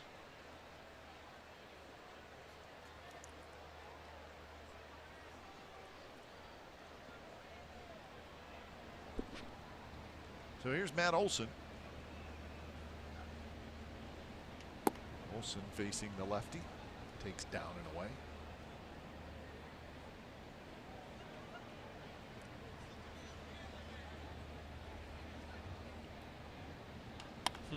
And that one is drilled to left field for a base hit. How about that? That's a hot hitter right there, folks, when you hit 2 long home runs and then you line a single to left field. That's just great hitting against a lefty, and this is what we've seen from Matt Olson. And you pitch him down and away. Of course, yesterday he pulled the hands in and hit the home run against Vidal, but this one down and away serves it out to left field. Remember, they're shifting him to the right side and takes it nicely, strongly to left field. So Matt Olson, 3 hits tonight, driven in 4 of those with 2 home runs. Here's a good note. Since 2016, the A's have won 6 out of 7 games here at Kauffman Stadium, and including tonight, the A's have outscored the Royals 63 to 18. So that includes it. Showed some highlights from last year where the A's were here for the Royals home opener. And that was a 2-0 game. So you can see how much they've scored in those other games. A's came here in late 2016 and had a 4-game sweep. Pinder strikes out. So sometimes you play well in a certain ballpark for a period of time, and that is what's happening with the A's in this ballpark. Well, Ned Yost was saying tonight that he was hopeful that they could play the A's while Chris Davis was still on the DL. That's how much Chris Davis means to this ball club. That the opposing manager was saying, you know, our club is playing a little bit better, but the A's get Chris Davis back, and we figure they're going to be playing better also. And they have been. He comes back yesterday, and they won yesterday, and trying to win again tonight. Here's the manager, Ned Yost, wearing the number 3 for I think Dale Earnhardt. His junior just retired. He's good friends with Dale Jr. From Dublin, California is Ned Yost. Grew up there.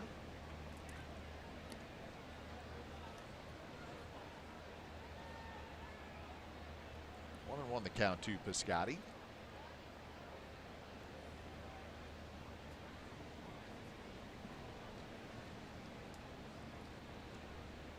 Piscotty had a base hit in the 2nd inning. He's 1 for 3.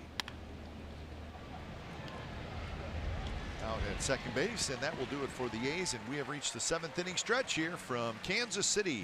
All A's tonight. They lead the Royals 9-0.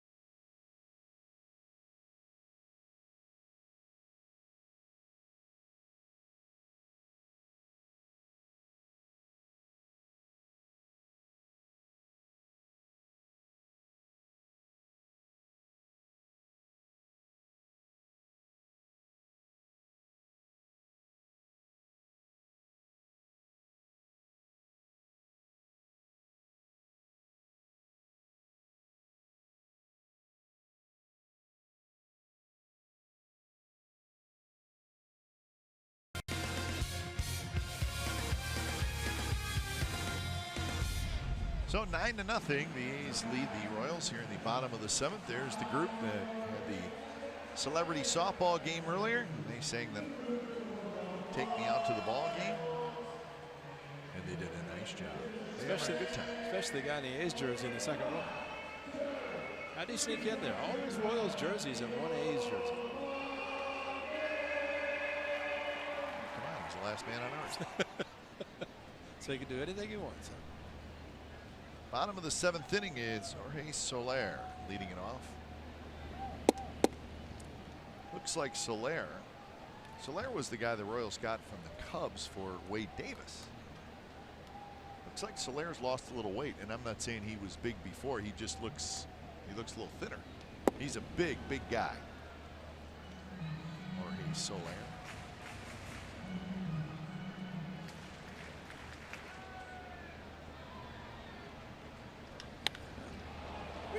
High and deep to left center field. There's that big outfield that Ray talked about, and Joyce hauls it in, and I think he hit that ball a long way. Yes, he did. Yes, in a lot of parks it's a home run, but not here. So there got the quick pitch from Frankie Montas, and it was here really when Johnny Cueto was one of the first to do that here, and Cueto with a quick pitch. And Will gave a note I thought was interesting, Kite. The 4 pitchers who started all of the 2015 postseason games all were gone in 2017. Johnny Cueto, Rodano Ventura unfortunately passed away, Edison Volquez, Chris Young, all gone. And that's what happened. I started mentioning about the Twins in '87 won the World Championship. Just everybody gone. They came back and won again in '91. Look at the Marlins, '97. Dave Dombrowski, I think, then kind of fire sale. And they came back and won in '03. And sometimes when you win, actually many times when you win, you have to pay for those wins, and you pay the players, and a lot of times you have to pick and choose who you're going to keep. In case of the Royals, they decided to keep Alex Gordon, and Warren Moustakas came back. Greg Hosmer signed a long-term deal with the Padres.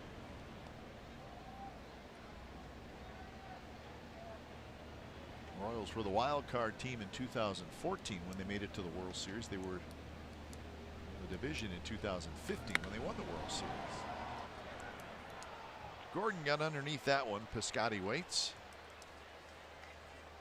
So 2 away here in the 7th inning.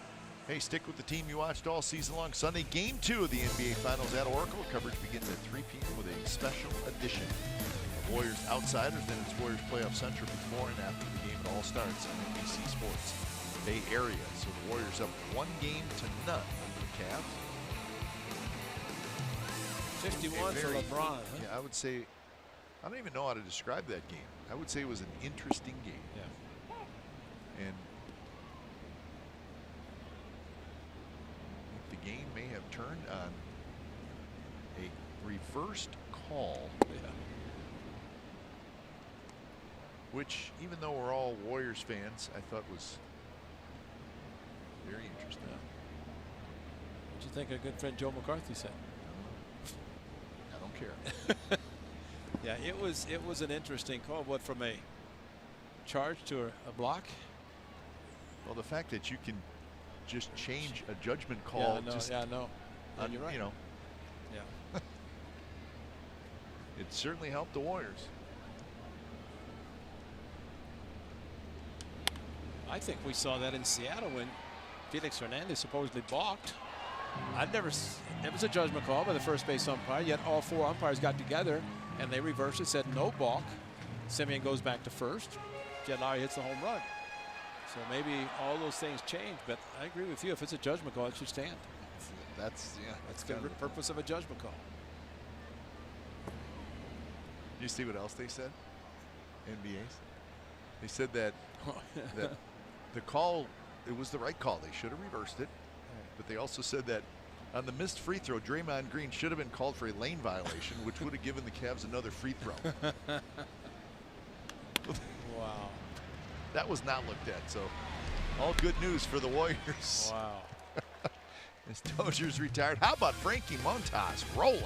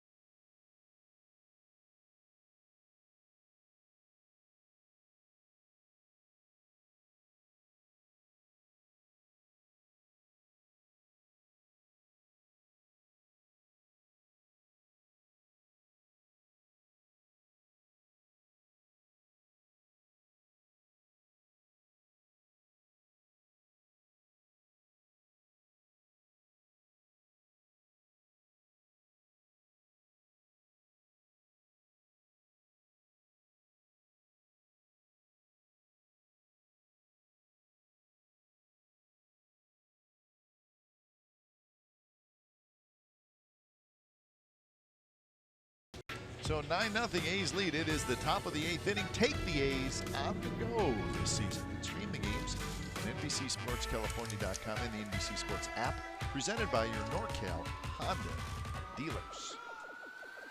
Well, if you're streaming this game, you're going to like it. You've enjoyed it. It's 9-0. The A's lead in the top of the 8th inning. Ryan Flynn is the third pitcher of the night for the Royals. Kennedy went 3, Barlow went 3.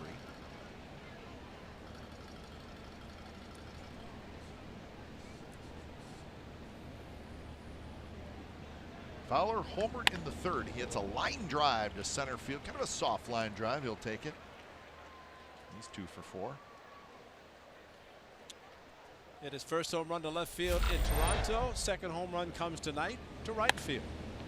See him reach out and jerk the ball down the right field line. Goes the short distance. Smart hitting. So good night for Dustin Fowler. Able to handle the big pasture here at Kauffman Stadium, and got to watch Jonathan Lucroy get his 1000th hit. And here is Lucroy. He's got a couple hits tonight. First pitch is in for a strike. First place Astros are taking on the Red Sox again. That's game 2 of a 4-game series. Houston won last night 4-2. They're winning tonight 4-3 in the bottom of the 7th, so that's a good series. Toward third, Moustakis has it out at second, and that's a double play. 5-4-3. Lucroy's out, 2 away here in the 8th. Wasn't hit that hard, but Moustakis got a nice throw over to second base, and the double play was completed. So now to the top of the order, Matt Joyce. You know, nobody's going to complain about Mike Moustakis making only $6 million, but in the world of baseball, with it's got to be difficult for him to play this year, knowing what happened last year, and knowing that he's going to be a free agent again, like you said, without the qualifying offer. But you have to play, and Royals, the ones that really made out, but unfortunately their season has not been that great. Well, they do have some trade chips, and Moustakis is one of them. Their closer is very good, Herrera. Yeah, that's a good point. And both those guys will be free agents at the end of this year, and I don't think any of us would be surprised if Moustakis and Herrera were both traded. And if you were the Royals and you are rebuilding, why wouldn't you? Unless you didn't get a good package, but I think you would get a good package. And with that in mind, why wait till July 31st? Absolutely. Because, I mean, this is the first day of June. If you get the deal you like. That's right. And for a team that maybe wants those players, they would prefer to have them 2 months in advance of the trading deadline, because you're going to get less from the as a Royals team probably for them. If they're going to be rental players for 2 months. I mean, listen, a few defensive changes as Almonte takes over. Almonte is in left field. Ryan Goins is now the shortstop. I think that's Butera behind the plate, isn't it? Butera, new catcher. Ramon Torres is the second baseman. So 4 changes for the Royals. And Joyce strikes out, and that will do it for the A's. Bottom of the 8th coming up from Kansas City. 9-0, the A's lead.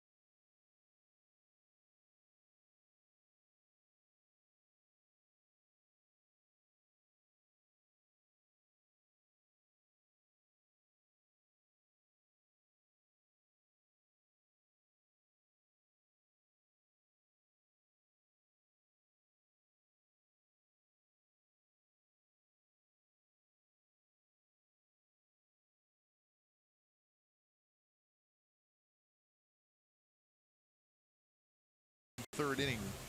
The big story, it's 9-0. The A's over the Royals. The A's have hit 3 home runs, 2 by Olson, 1 by Fowler. Frankie Montas has been terrific again. 7 innings. He's back out there for the 8th. He's got 11 ground ball outs. Who needs strikeouts when you can get 11 ground ball outs? Well, and his pitch count is where it is because he's not striking out a lot of batters. Getting ahead, pitching the 8th inning with just 85 pitches. Facing Goins, and then Torres, and then Jay. That one sliced down the left field line, and it is a fair ball right on the chalk. Picked up by Joyce. Goins is going to have a leadoff double. And that's the way he should be hitting. Line drives. Ball slicing looked like it's going to go foul, but at 96 down, Goins just dropped the head of the bat and sliced it down the left field line. It was not fair by much on the chalk. Frankie Montas for 3 double plays now. He's got now some tough jams. Actually, really nothing real stressful. It does have a few hits, runners left on base. And here he's facing Ramon Torres. So Pagan starts to throw.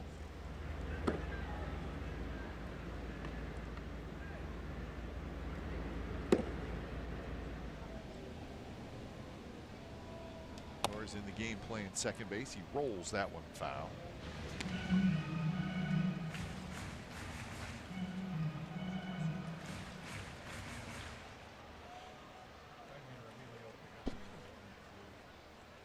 Torres is a switch hitter. Alcides Escobar is out of the game.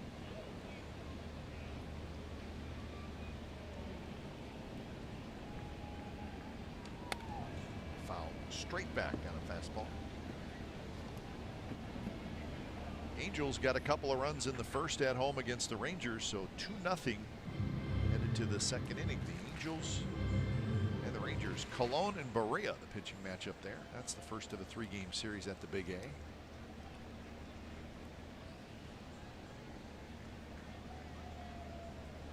That one pops off Lucroy's glove. He grabs it.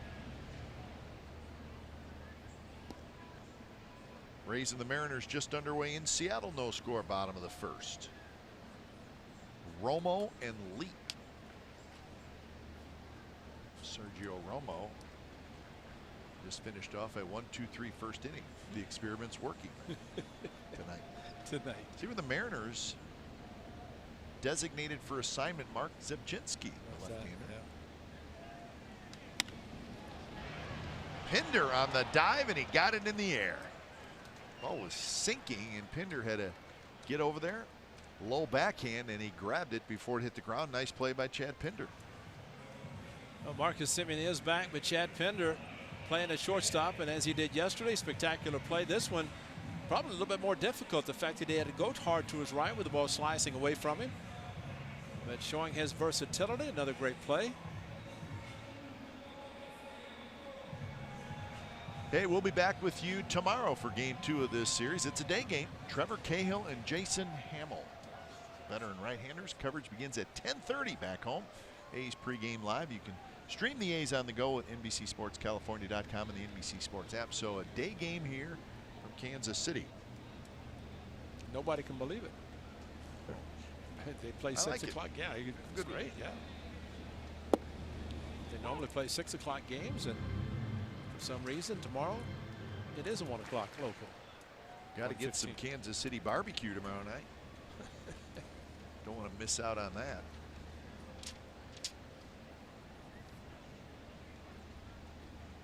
If you're in Kansas City for a 4-game series, you could easily put on 4 or 5 pounds if you go to Jack Stacks right down the street. Get maybe a little combo. See, that rack was full when this game started. That's what I'd order right there at Jack Stacks.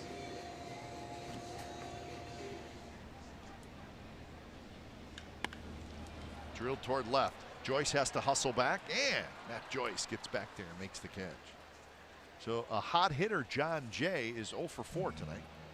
And a leadoff double, and he's still at second. Frankie Montas, this is good.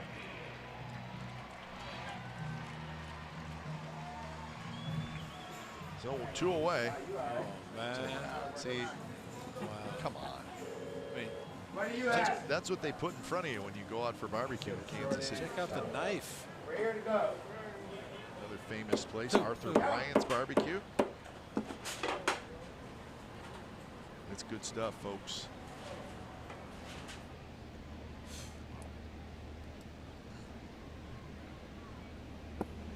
Here's Whit Merrifield, a bright spot for the Royals tonight. He's 3 for 3, 2 singles and a double.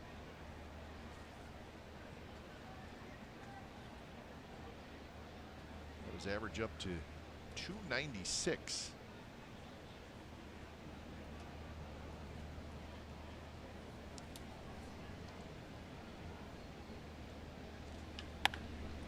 Hit hard but foul. Like Frankie Montas before Jay batted was kind of talking to himself as he continues and maybe trying to motivate himself to get through 8 innings and with a shutout.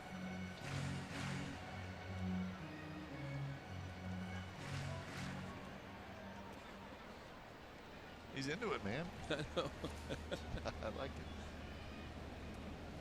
Trying to get through 8.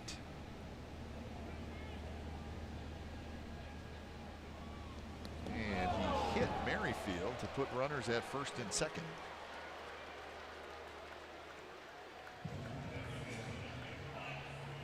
So Moustakas will step up.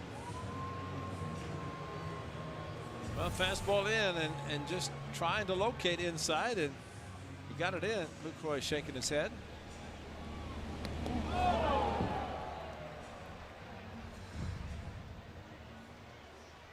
Well, the bullpen will be ready.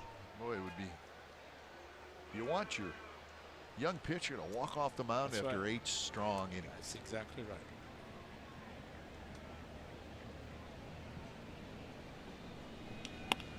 And there's a line drive right into the glove of Lowry, and Frankie Montas can indeed walk off the mound proud. 8 shutout innings tonight here in Kansas City. He's going to get one of those and more after that performance.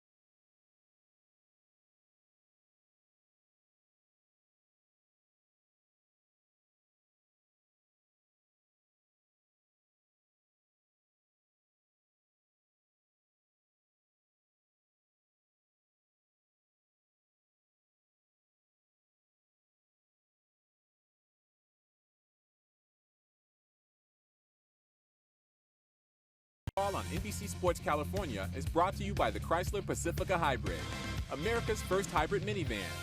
Test drive one today. That's downtown Kansas City. We're a little east of there, correct, Ray? That's right. Make sure I got my geography, my Kansas City geography. I-70 correct. freeway above us. Adam's back here at Bodyguard.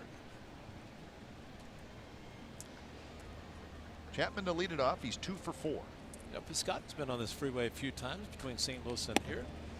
Yeah, the old I-70 freeway. I-70 World Series, right? That's right. 1985. That's right. No controversy there. Well, you think about games in the past and challenges that could have been and how changes would have been made. You got a perfect game in Detroit. You got a World Series in '85.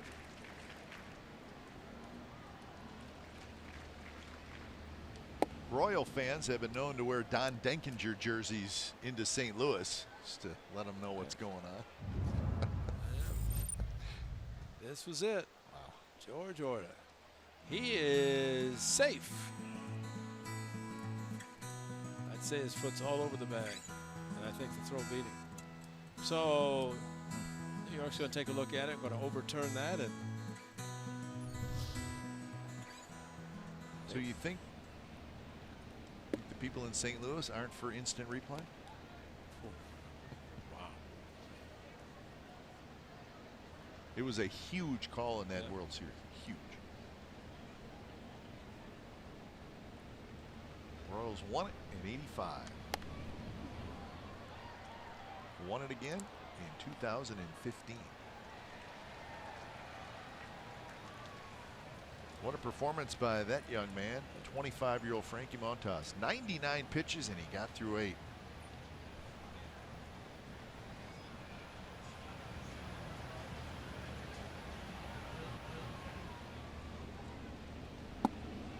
A little bit inside to Lowry. 2-1 the count. Brett Saberhagen was the hero in '85.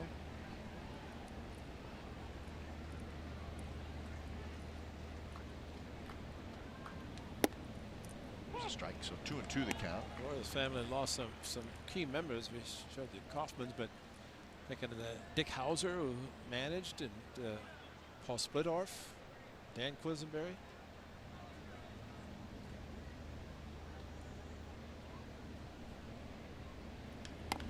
Lowry rolls at foul.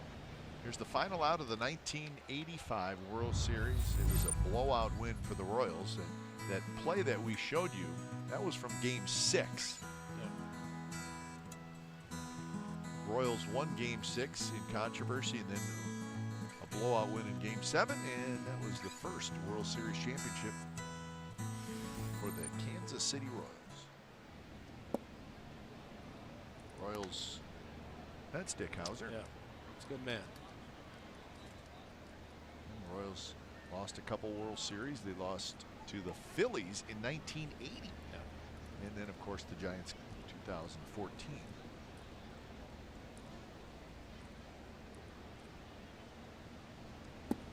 And the 3-2 pitch, he walked him. Back-to-back walks to open up the top of the 9th inning.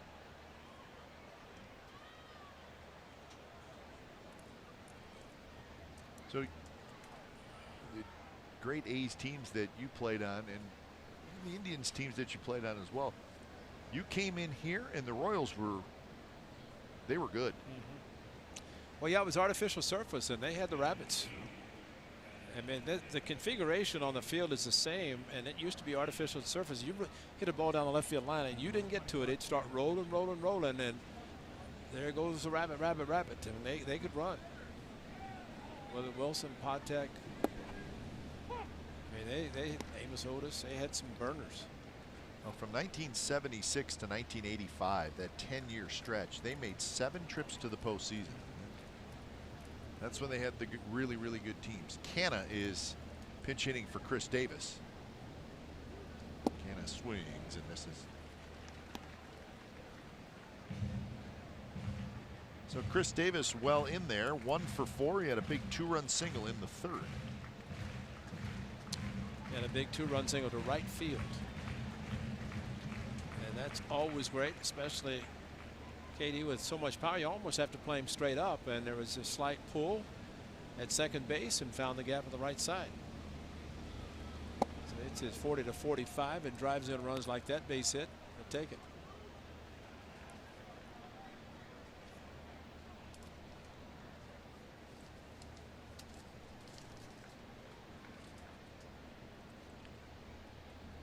1-2 to Canna. 2 on and nobody out. That one hit down the right field line and foul. A's have 12 hits. They've received 4 walks.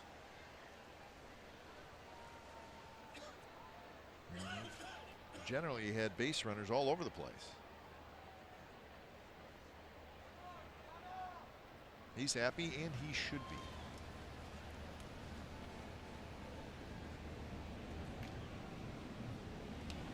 Canna with a base hit. It may have tipped off the glove of Moustakis. So Chapman will move to third. Lowry to second, and the A's have the bases loaded and nobody out for guess who, Ray? Matt Olson. Might as well have a great night. Flynn didn't like this. He thought it was going to be caught and went, ugh.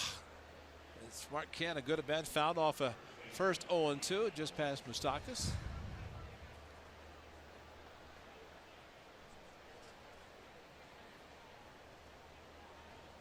So Olson steps up. Top enough that Chrysler drives the game for Matt Olson. There's number 1, right field. Fastball up and in, crushed it. And number 2, 0-2 fastball. And a bigger crush. Into the fountains. And a base hit in the 7th.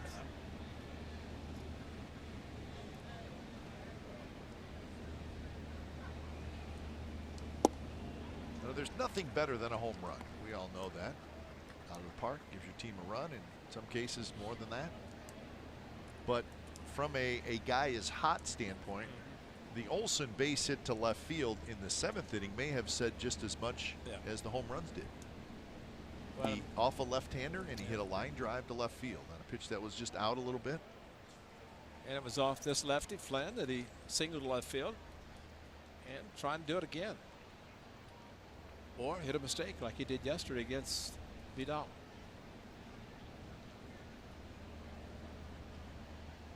Good take, 2-1. So Olson has his batting average up to 246.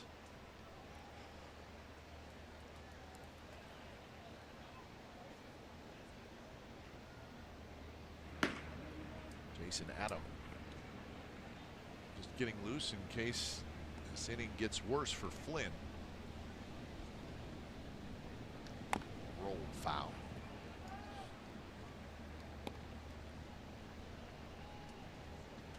Always hear the hitting teacher, especially the younger kids, say, finish your swing high. Matt Olson finishes his swing high.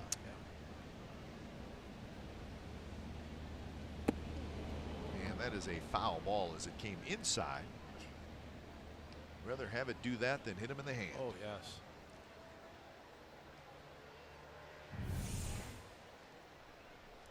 Fastball up and in, and fortunately Olson pulled the hands in. And remember, he starts his hands way out and brings them in as he gets ready to swing. Even that fan behind home plate. Ooh. So now it's a full count. Olson's 4 RBIs tonight brings his season total to 25.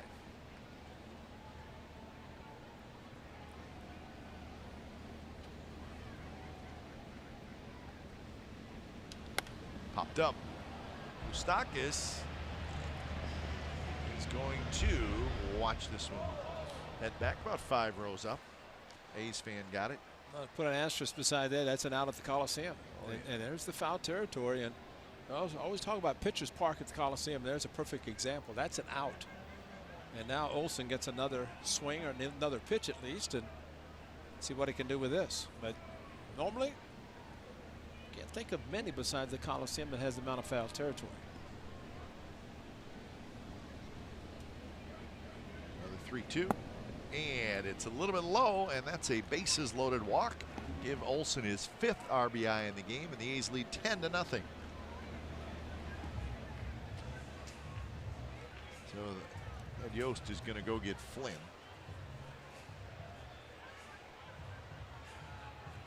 So when it's time for change, think Speedy Oil Change and Auto Service, your trusted oil change tune-up and smog experts.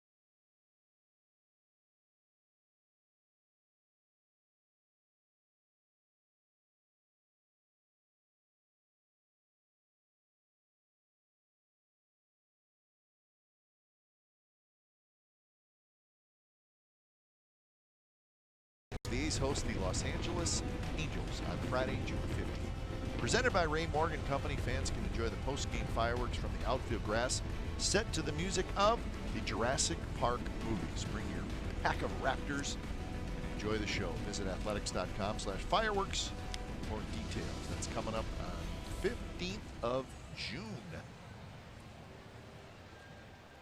Well, the A's starting this quick road trip out well. They lead 10-0.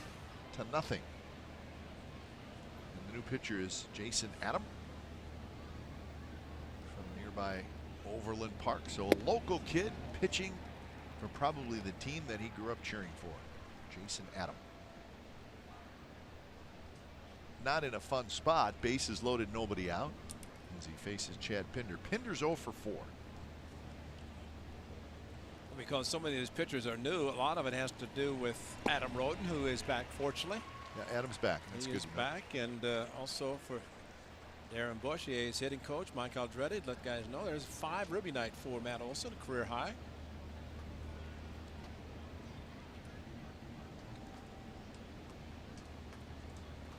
Pinder, broken bat, little pop-up center field, but Merrifield was playing pretty shallow and he grabs it. So broken bat. Ray, you know who that guy is tonight? Pinder. Yeah. There's always that guy that that guy. doesn't get any hits in a game where the offense scores a bunch of runs. There's always that guy. He's made some great defensive plays, though. That's a shortstop. See, that's a Mark Belanger type night. You know, he saved more than he's driven in. It's all right. Somebody have to pay the dues. Here's Piscotty. 1 for 4. That guy. Piscotty had a good swing, fouls it right above us.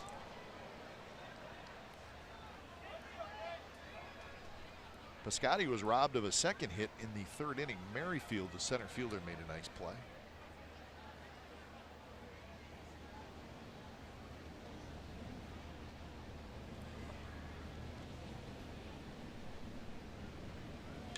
That one is drilled to left.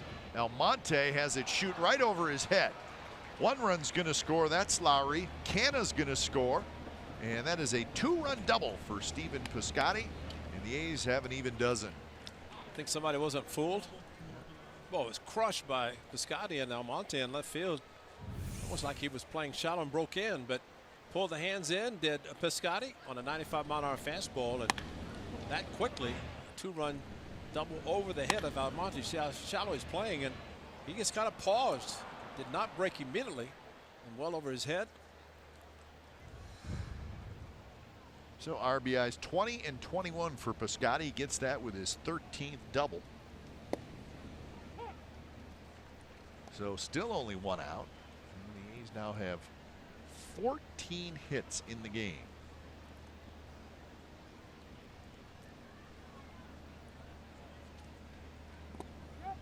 And the A's scored 7 runs and had 3 home runs yesterday.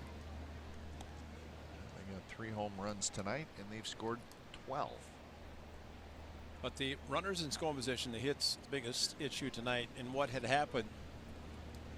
What'd you say, Will? 1 for 37, or they had the 3 for 37. That was the homestand. Of course, it was horrible tonight. At one time, 3 for 4, 6 for 9 tonight, 3 for 37 on the homestand.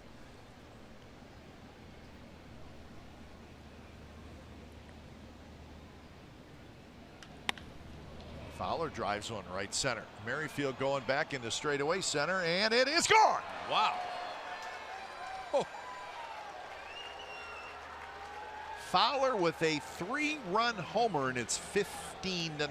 The A's lead. Straightaway center at Kauffman Stadium is no easy chore on a 2-strike pitch. First 2 home run games, so he's gone to left, to right, and this one to straightaway center. And some people probably in New York are saying he was a Yankee, but he is showing some pop. I mean, to hit 2 home runs in a game, and especially the straightaway center, you see the 410-foot mark, and that is a big pasture out there. So a 6-run 9th inning. And that is home run number 4 for the A's. So quite a night here in Kansas City to open up this series. Okay, in this inning alone, 3 walks have scored, 2 back in the 7-run inning, so 5 walks have come around to score, something the A's have not done a lot of this year so far in the first 2 months. And you know what, Ray? That's all of their walks. That's right. So every one of the walks have scored tonight for the A's. The A's are looking hitterish tonight. Isn't that what they say, Ray? Hitterish? Yeah. Fowler 3 for 5 with a single and the 2 home runs. So 2-2 the count. Lucroy is 2 for 3. He's the 8th man to bat in this inning.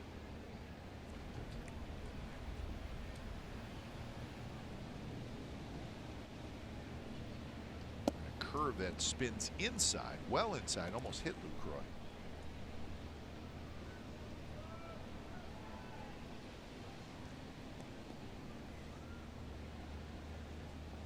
So 4 runs in this inning charged to Flynn.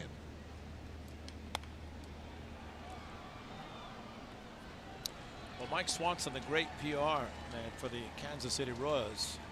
Not a way to celebrate a birthday, but Happy we wish him a birthday, happy Swan. birthday anyway. You worked on yours, right? New York? Sure.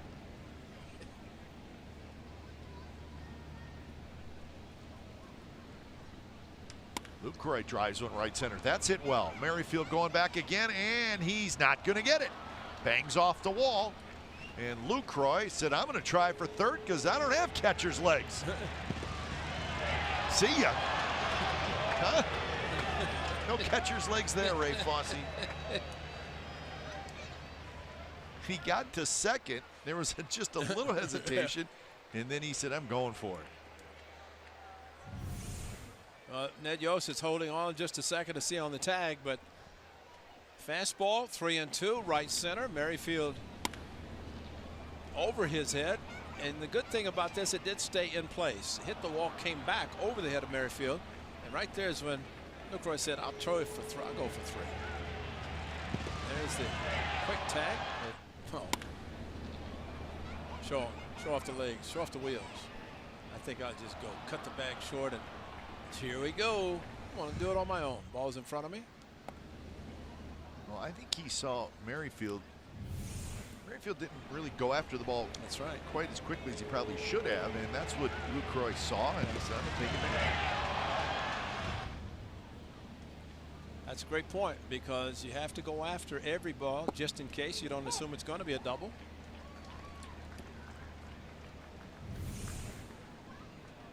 There's the slide, the feet first slide. He got the foot in, it stayed down. That's why Eric Cooper, the home plate umpire, on the rotation there to make the call. A's have hit for the cycle here in the 9th inning. That's why he went for the 3. Yep, that's right. Throw in 3 walks and 6 runs. Now it's 2-2. It's a close play at third. But well, the key, watch the foot. It's not a pop-up. Kept the foot down. And he knows that if you go on your backside, your foot's going to pop up. Yeah, I did ask Dustin Fowler about sliding head first. He said, never have. He said, never have. And, you know, we see him slide feet first, but some guys don't do it. And he said I'm concerned about the fingers. But I think if you have never done it, forget then it. don't stop. No. Or, I mean, don't start is Right, what I mean. exactly. Just keep doing what you do.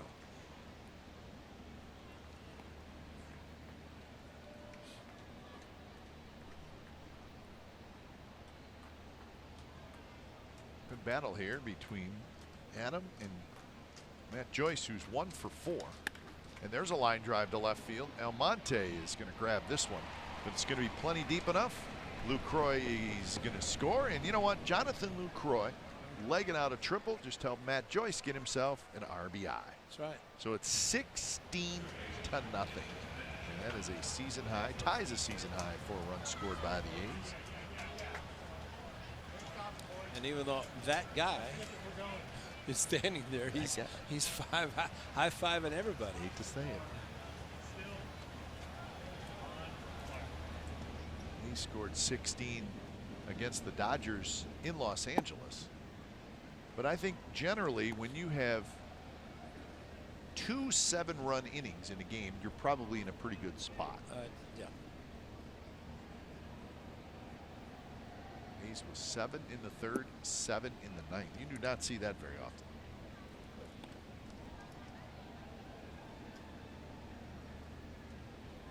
Well, the A's have scored in 4 different innings in 2 huge crooked numbers.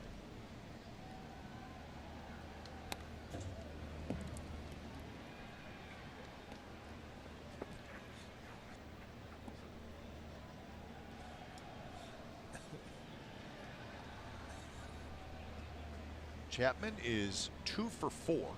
2 singles, a walk, an RBI, and a run scored. And he tries to hold up. He can't do it. But the A's score 7 times for the 2nd time tonight. So it is 16-0 as we go to the bottom of the 9th. And Dustin Fowler has himself a night. A 3-run homer. And he's got his first career 2-homer game. All A's tonight.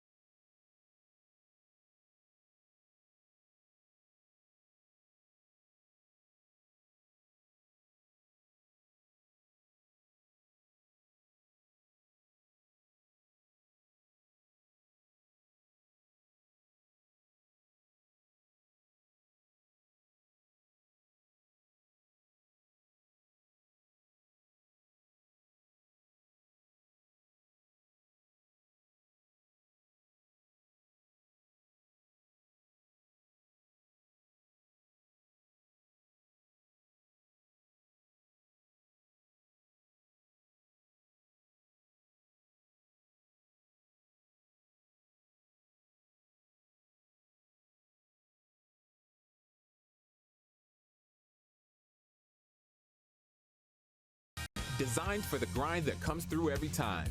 See your local Toyota dealer today. Toyota, let's go places. By Southwest Airlines. Low fares, no hidden fees. That's transparency. By Xfinity. X1 will change the way you experience TV. And by SoFi, a modern finance company. 16-0. That's right. Raiders over the Chiefs, 16-0. As Salvador Perez, no. Drew Butera leads things on. Emilio Pagan is the new pitcher. When it's time for change, think Speedy Oil Change and Auto Service, your trusted oil change tune-up and smog expert. So Pagan pitching better as of late. Got that ERA down to 4.05.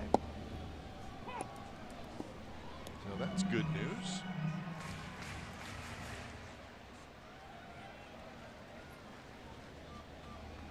16th appearance for Pagan.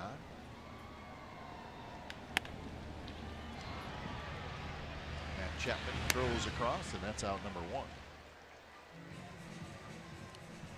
So what a night for Frankie Montas.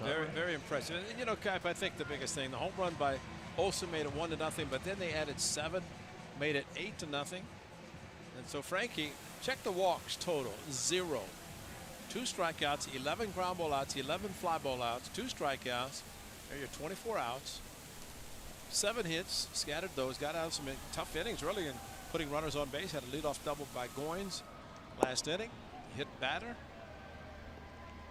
And finishes it a very, very strong night.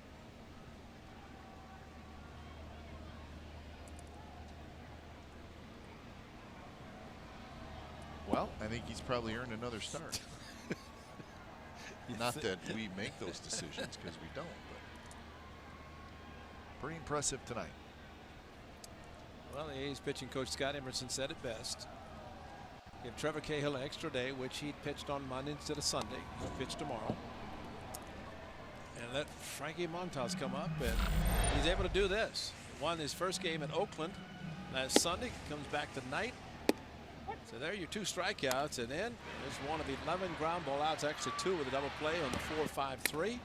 There's a 5-4-3 double play started by Matt Chapman. And oh, by the way, how about a 5-3 double play? So 6 of his 11 ground ball outs coming on double plays, and Matt Chapman involved in all of them. So high heater from Emilio Pagan, and Soler strikes out. So 2 outs here in the bottom of the ninth. And that right there, the high heater, is the one thing that has helped Emilio Pagan Use it, right? use it. He's been using it, got that long stride and the high heater. And you got 95 in the tank. Why mess around? And Emilio Pagan, now you're just adding somebody else out of the very strong bullpen of the Athletics. And let's not forget that at the beginning of the season, the bullpen was going to be one of the strongest features. Oh, by the way, there's Marcus. Flies all the way from Oakland to Kansas City, and he takes over shortstop in the 9th inning. And Pender. Shutout is on the line right here, and it is off the wall. Fowler picks it up. Fowler gets it in, and Almonte is at third with a triple. It was funny there.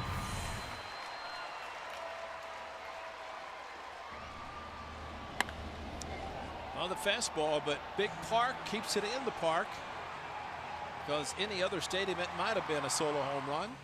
Might have been a few hit tonight. Piscotty and Fowler both going for it, could not come up with it. As Almonte can run. He knows he didn't hit enough to get it out, so he's running all the way and really turns it on. You see Pagan pick up a baseball. Eric Cooper was running over because it was his call at third, the home plate umpire, and a ball popped out of his ball bag. That's and great. You see Pagan. That was weird, because I saw a ball rolling over toward the A's dugout, but I also saw a ball being thrown in by Fowler. There's the ball bag, so he must have been running so fast. Eric Cooper had one pop out of his pouch. Let's see. See if I see there. He got it out of the way. So he picked it up and he flipped it back, and then it rolled toward the bat boy. He should have thrown that one to third. Maybe they got me out. He's out. What a relay.